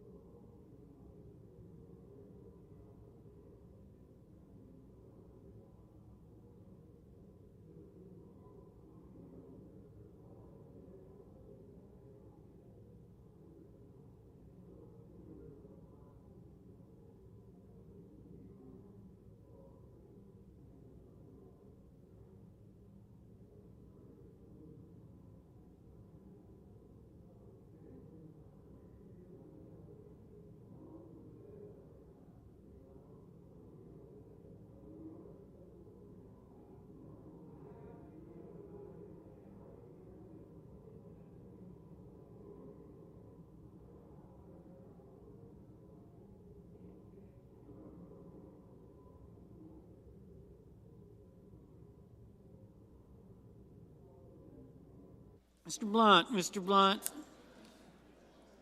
aye.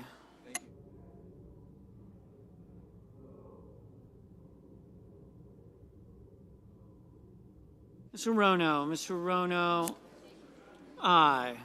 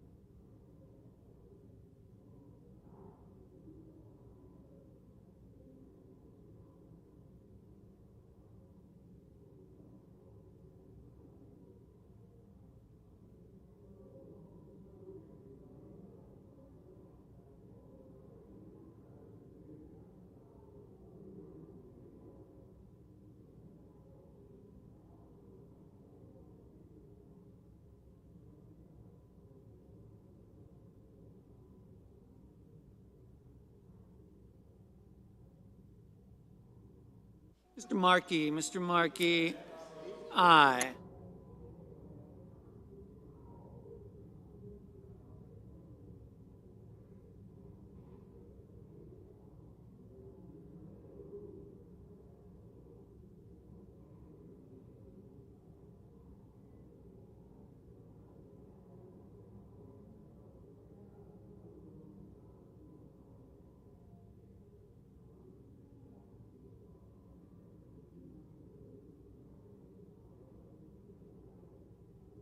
Mr. Whitehouse. Mr. Whitehouse, aye.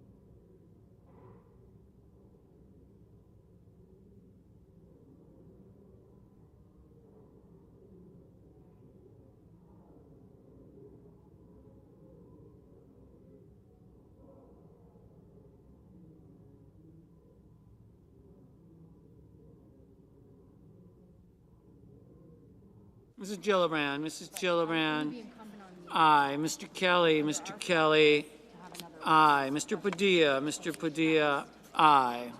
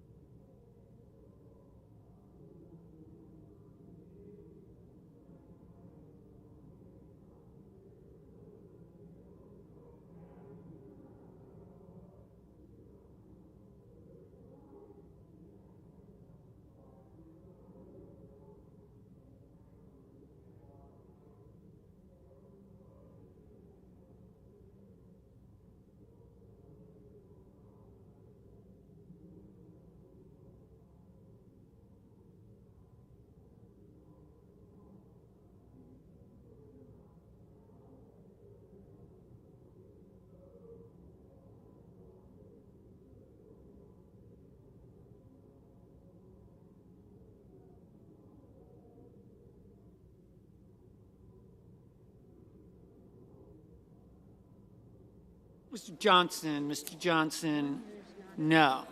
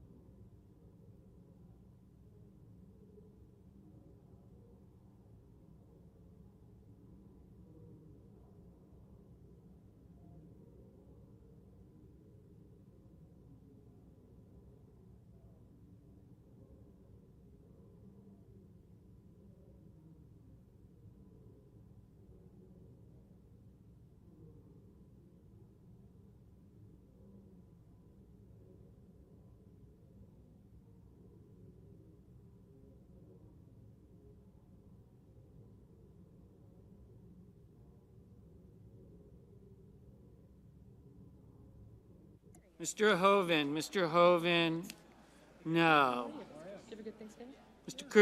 Cruz, no.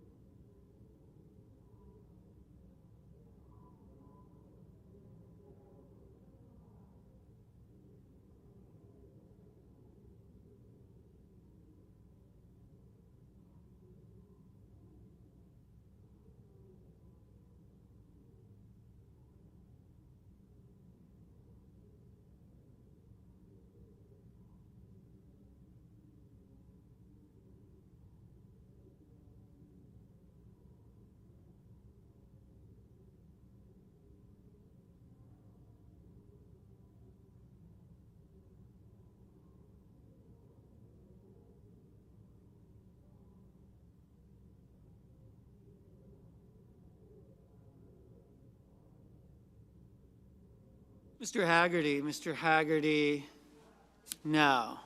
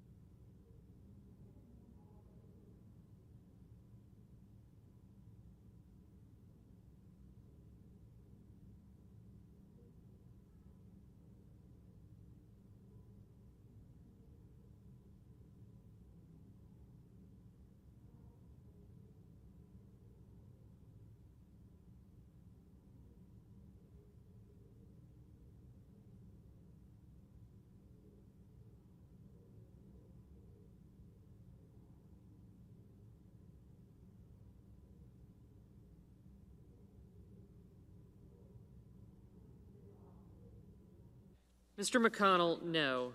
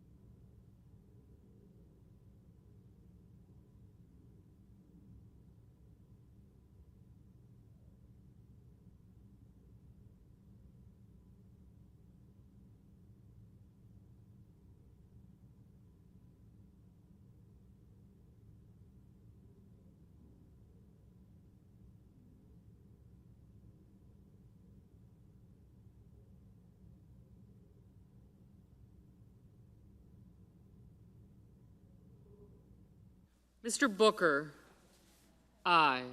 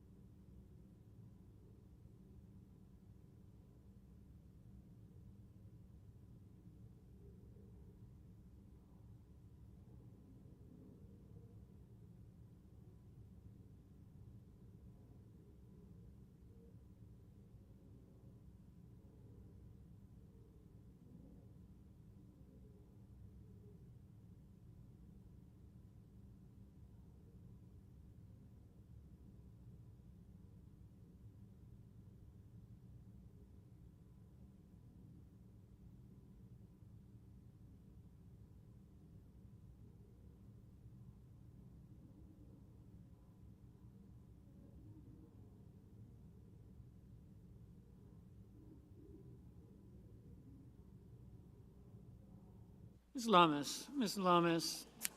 Aye.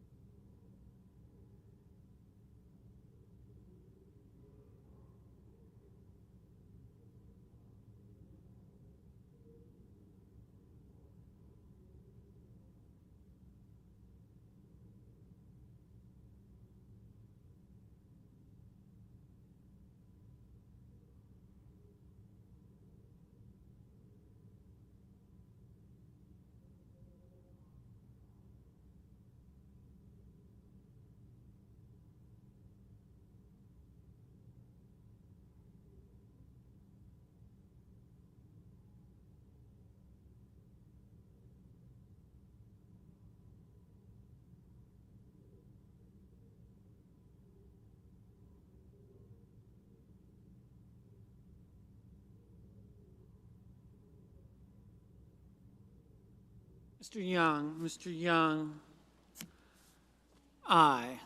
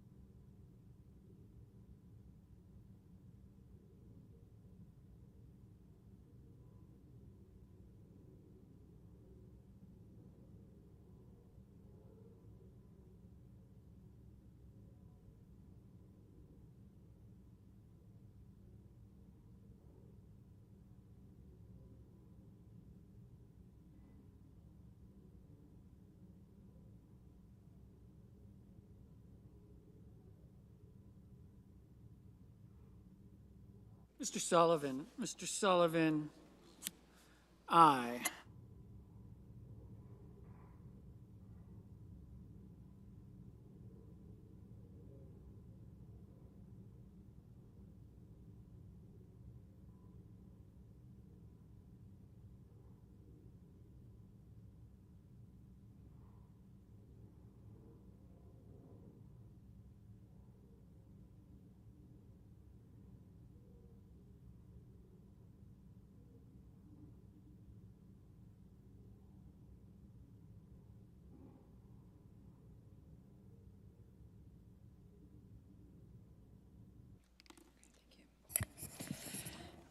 On this vote, the yeas are 61, the nays are 35. 3/5 of the senators duly chosen and sworn having voted in the affirmative, the motion is agreed to. Cloture having been invoked, the motion to refer and the amendments pending thereto fall.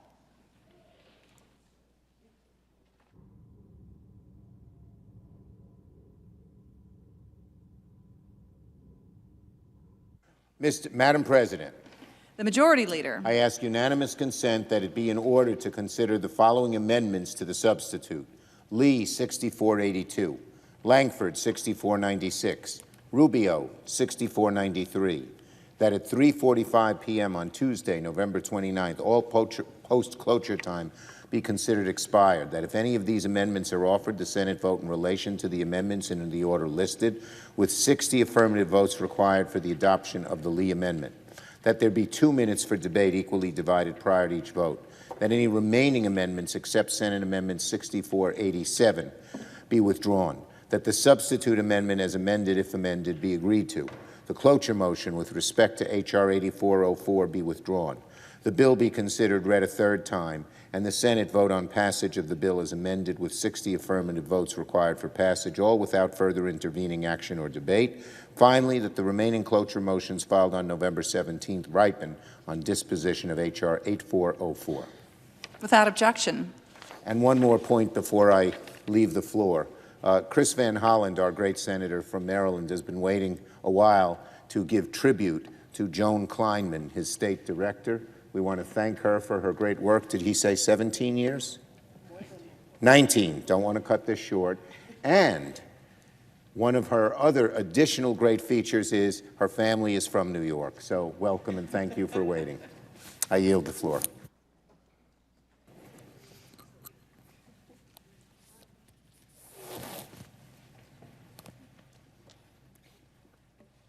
Madam President, The Senator from Maryland. as the Majority Leader said, I rise to honor the stellar public service of Joan Kleinman, a senior member of my office team who retired in February after 19 years of working on behalf of the people of Maryland and the United States. Today, I'd like to share with the Senate the depth of her commitment to the people of Maryland and her extraordinary legacy of good works, and have her story inscribed in the pages of the congressional record so that it might be a source of wisdom and inspiration for all time. I first met Joan Kleinman in 1990 when I started working at the Washington, D.C. law firm of Aaron Fox. Joan, who was also a fellow lawyer, was in charge of managing the staffing of cases in the litigation department. For those of us who were litigation associates, that meant we had better be on Joan's good side. While I was practicing law at Aaron Fox, I was also serving 3 months a year in Maryland's part-time legislature. I knew Joan and her husband Sam were raising their family in Montgomery County, and that Joan had a keen interest in what was happening in our community. At the time, I needed someone to be treasurer for my state Senate campaign committee, somebody who was really well organized, someone who cared about our community, and somebody who I could trust completely. Joan fit the bill, but would she do it? I'll confess I was a little scared to ask her. I finally mustered up the courage to knock on her office door, and Madam President, luckily for me, Joan had no idea what she was getting into, and she said yes. The rest, Madam President, is history. In 2001, with Joan's encouragement, I launched my campaign for the House of Representatives.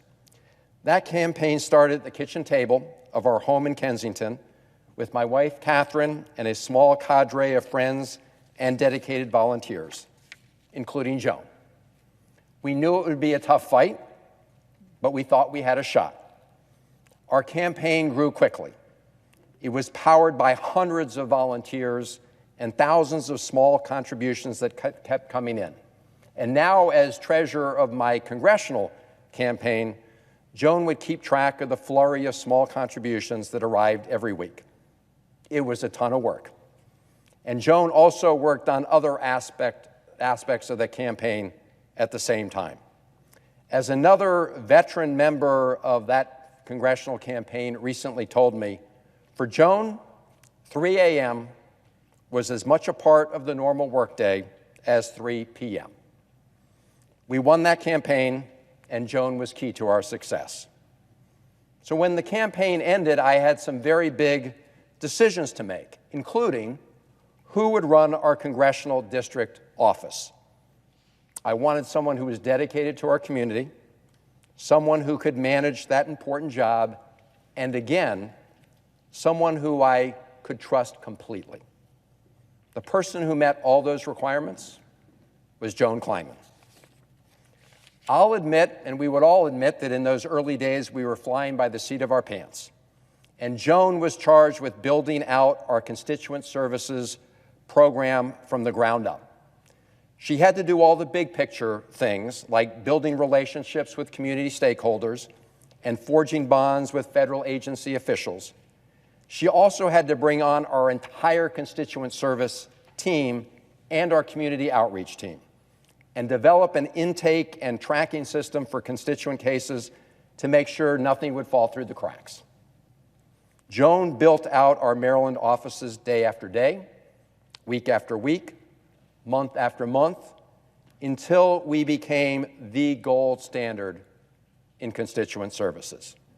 She instilled an ethic of persistence in our casework team to ensure that we did everything, and I mean everything in our power, to deliver results for constituents. Madam President, I started receiving buckets of handwritten thank you letters from folks across our congressional district. People would stop me on the street to thank me for our help.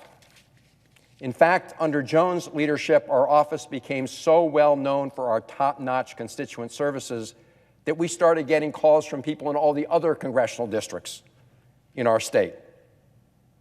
We solved that challenge when I ran for the United States Senate.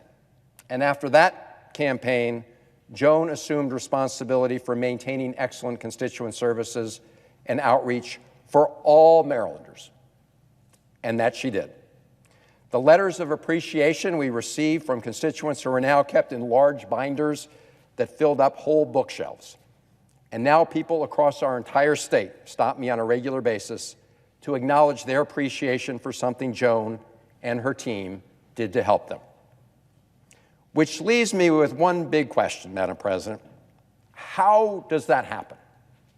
How did we grow from that empty office space after my congressional election in 2002 into an operation that's renowned for delivering amazing services to people throughout our state? And the answer is Joan Kleinman. Our story of success is the story of Joan Kleinman and the team that she built. And Madam President, I would like to reflect on the qualities that made that happen. And there are many, but 3 big ones jump out.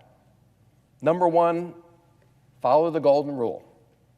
Joan established an ethic in the office that every constituent, everyone, was to be treated the way we would want to be treated, with respect. She told our team that when someone calls our office, handle the case like it's your mom calling, or your dad, or your brother or sister. And it did not matter if the problem related to a federal issue, a state issue, a county issue, or anything else. We were there to deliver results.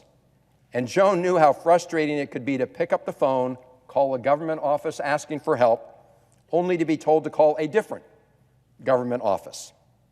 So even if the issue fell in someone else's jurisdiction, we connected them to ensure they could get the help they needed.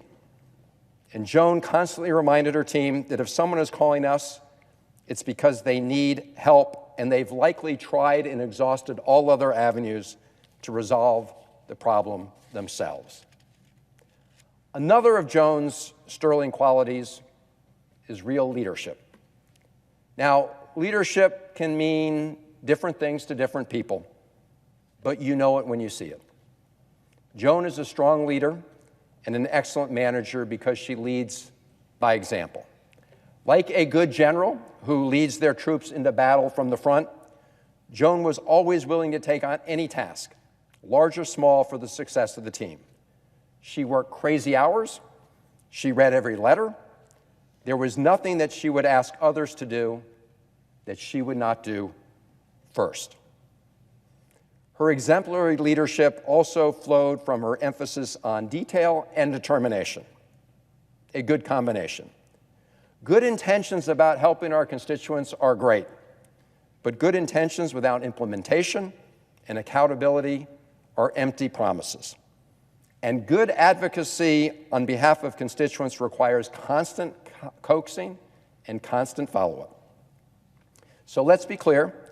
Joan's team has always been civil in pressing agencies and organizations to help our constituents, but her team has also been firm, polite, but always persistent. And Joan's leadership powered a sense of common purpose and joint accomplishment.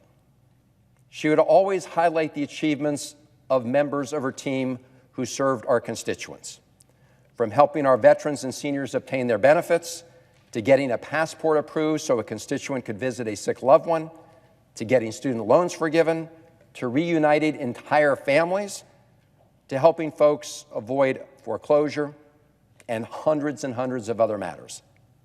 Joan ensured that the success of our office belonged to everyone on the team.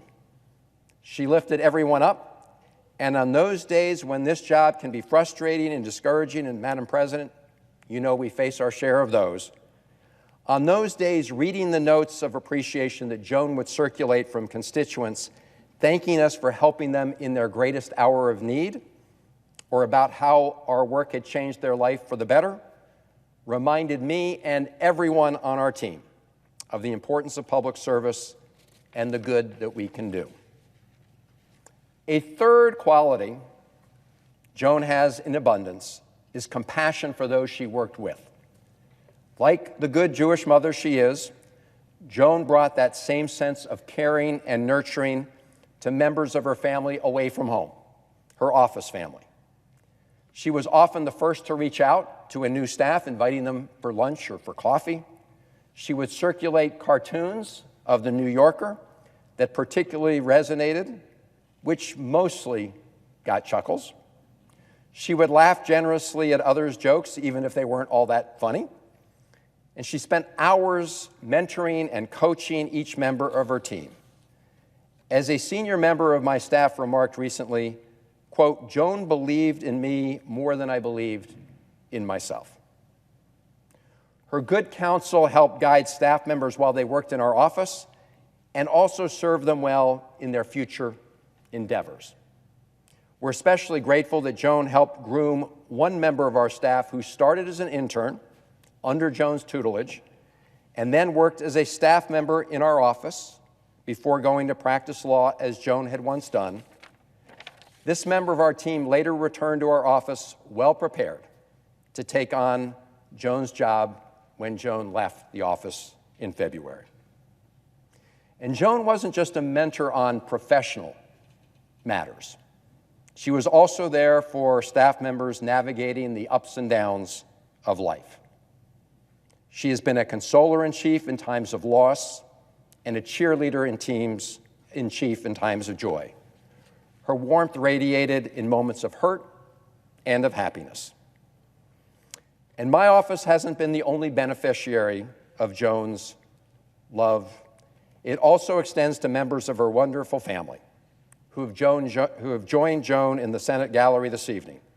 Her husband, Sam, their daughter, Molly, their son, Ari, and their son Ben with his wife Saren.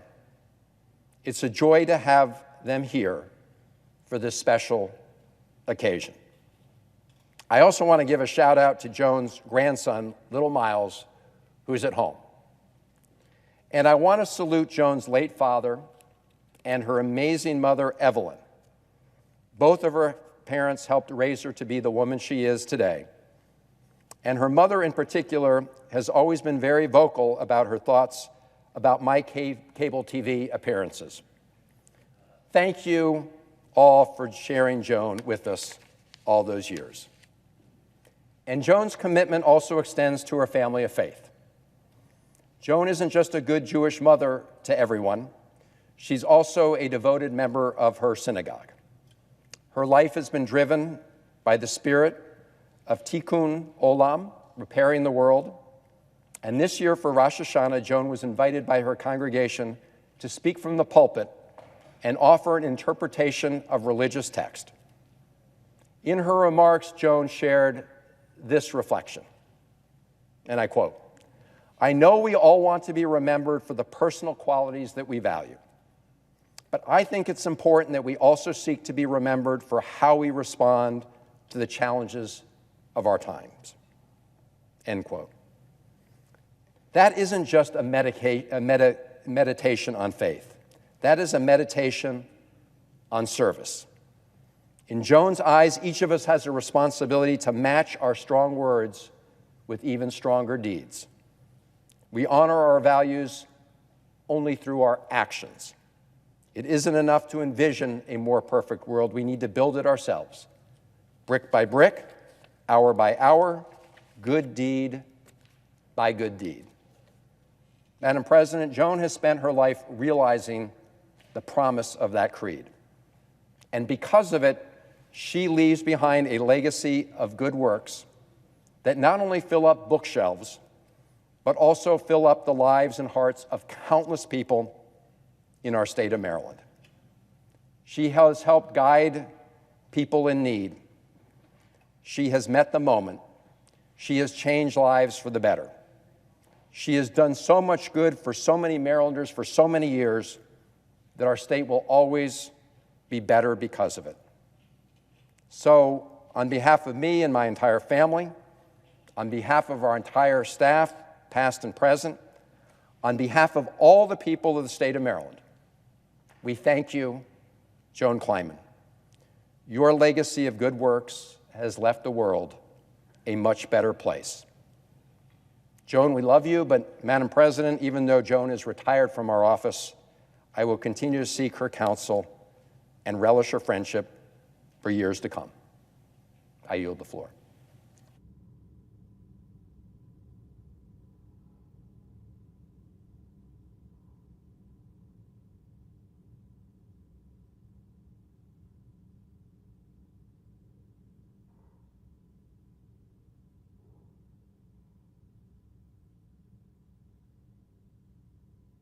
Madam President, The senator from Maryland. I ask unanimous consent that the Judiciary Committee will be discharged from further consideration of H.R. 5796 and the Senate proceed to its immediate consideration. The clerk will report. H.R. 5796, an act to amend Title 35 United States Code to establish a competition to award certificates that can be redeemed to accelerate certain matters at the Patent and Trademark Office and for other purposes. Without objection, the committee is discharged. The Senate will proceed to the measure. I ask unanimous consent that the Leahy substitute amendment at the desk be agreed to. The bill as amended be considered read a third time and passed, and the motions to reconsider be considered made and laid upon the table. Without objection. Madam President, I ask unanimous consent that the Judiciary Committee be discharged from further consideration and the Senate now proceed to S-Res 810. The clerk will report. S-Res 810, designating the week of October 2, 2022 through October 8, 2022 as National Community Policing Week. Without objection, the committee is discharged. The Senate will proceed to the measure. Madam President, I ask unanimous consent that the resolution be agreed to, the preamble be agreed to, and that the motions to reconsider be considered made and laid upon the table. Without objection. Madam President, I ask unanimous consent the Senate proceed to the consideration of H-Res 849 submitted earlier today.